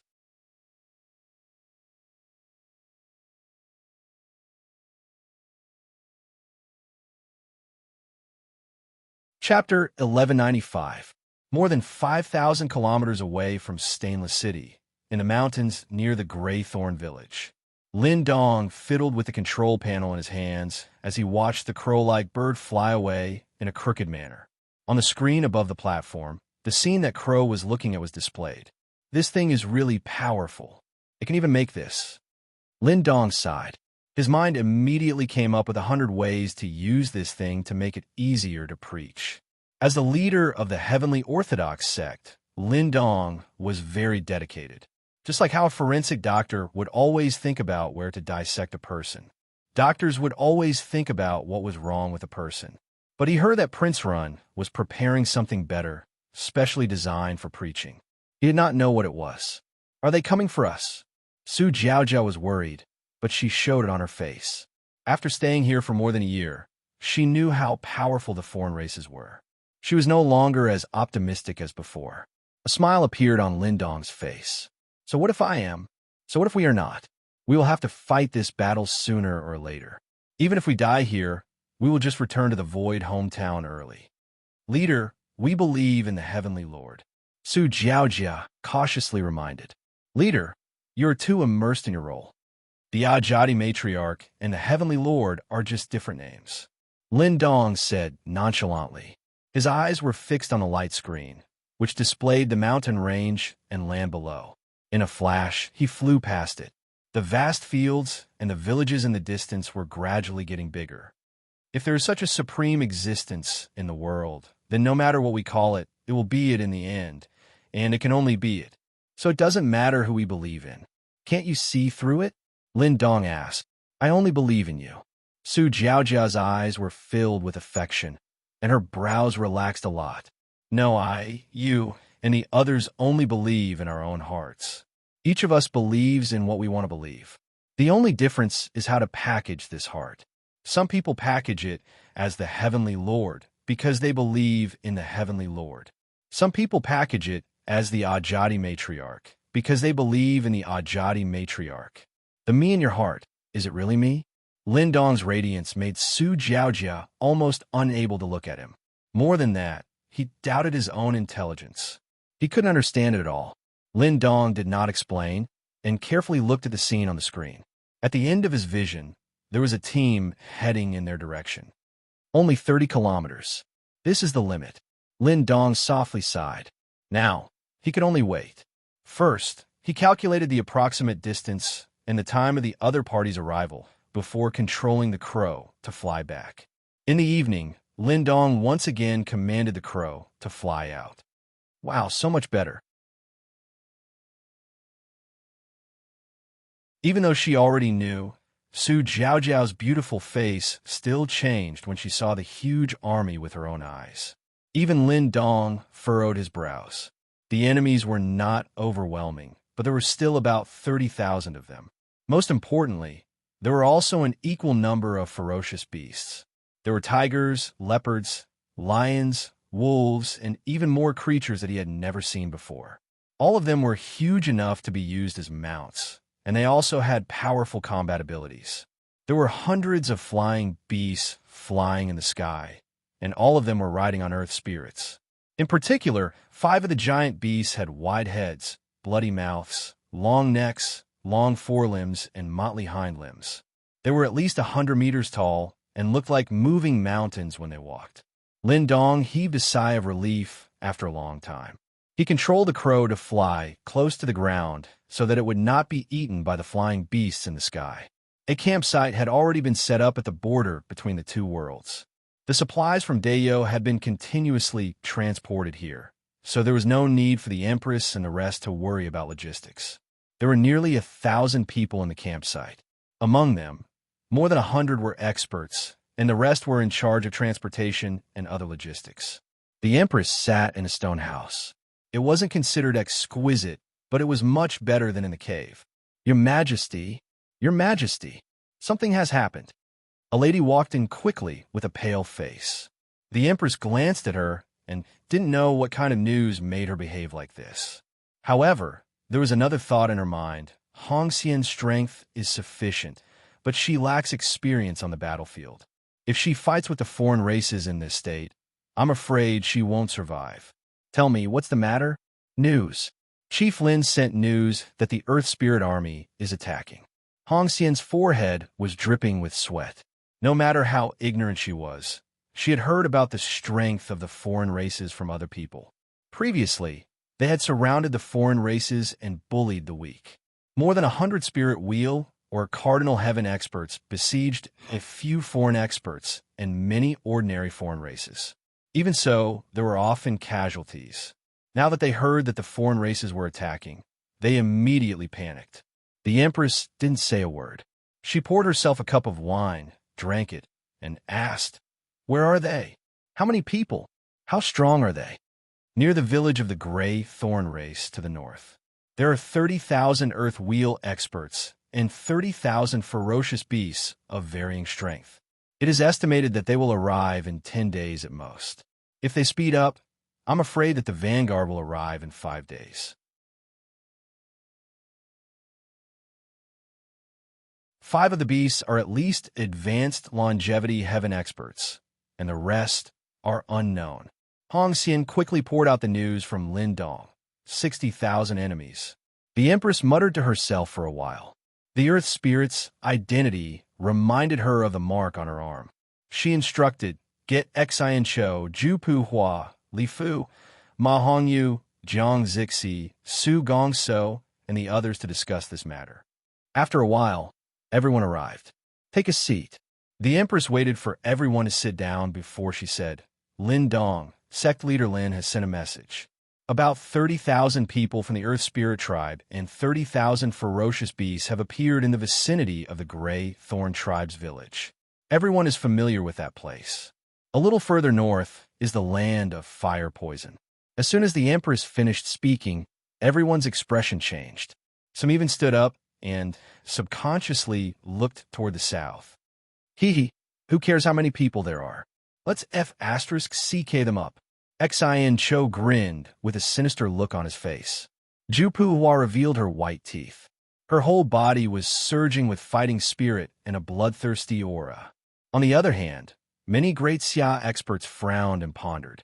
Although there will be a battle sooner or later, they came faster than expected. Li Fu frowned. We still need time, Jiang Zixi said. However, no one knew how much time it would take. After all, they were too few in number. That's right, we need time, the Empress agreed. Not only did they need time, but Rinpoche also needed time. Each of these people was a precious seed that couldn't be wasted here. Your mission is to improve your strength and grow to the point where you can play a role in a top-notch battle. Don't die at the wall of two worlds before you grow up. After speaking, the Empress looked around and said resolutely, "Give up here for now and lure them into the 60,000 mountains." The 60,000 mountains were extremely vast. As long as they were slightly off to the side, they would be able to get away from the supply routes and the aboriginals. In the meantime, they would use various methods to weaken the enemy. When they were weakened to a certain extent, they would be wiped out in one fell swoop. Not only could it reduce casualties, but it could also buy more time. In addition, find an opportunity to capture some alive, the Empress said after some thought. Rinpoche hadn't left any alive before, but he was very interested in the method of sharing life with the Earth Spirit. You're tuning in to the Romance Rendezvous YouTube channel. We're so grateful for your support, and don't forget to subscribe to join us on this incredible journey through captivating stories. Your generosity through donations truly makes a world of difference, as it's the primary source of revenue that allows me to expand and enhance this channel for you. Thank you from the bottom of my heart for being a part of this adventure.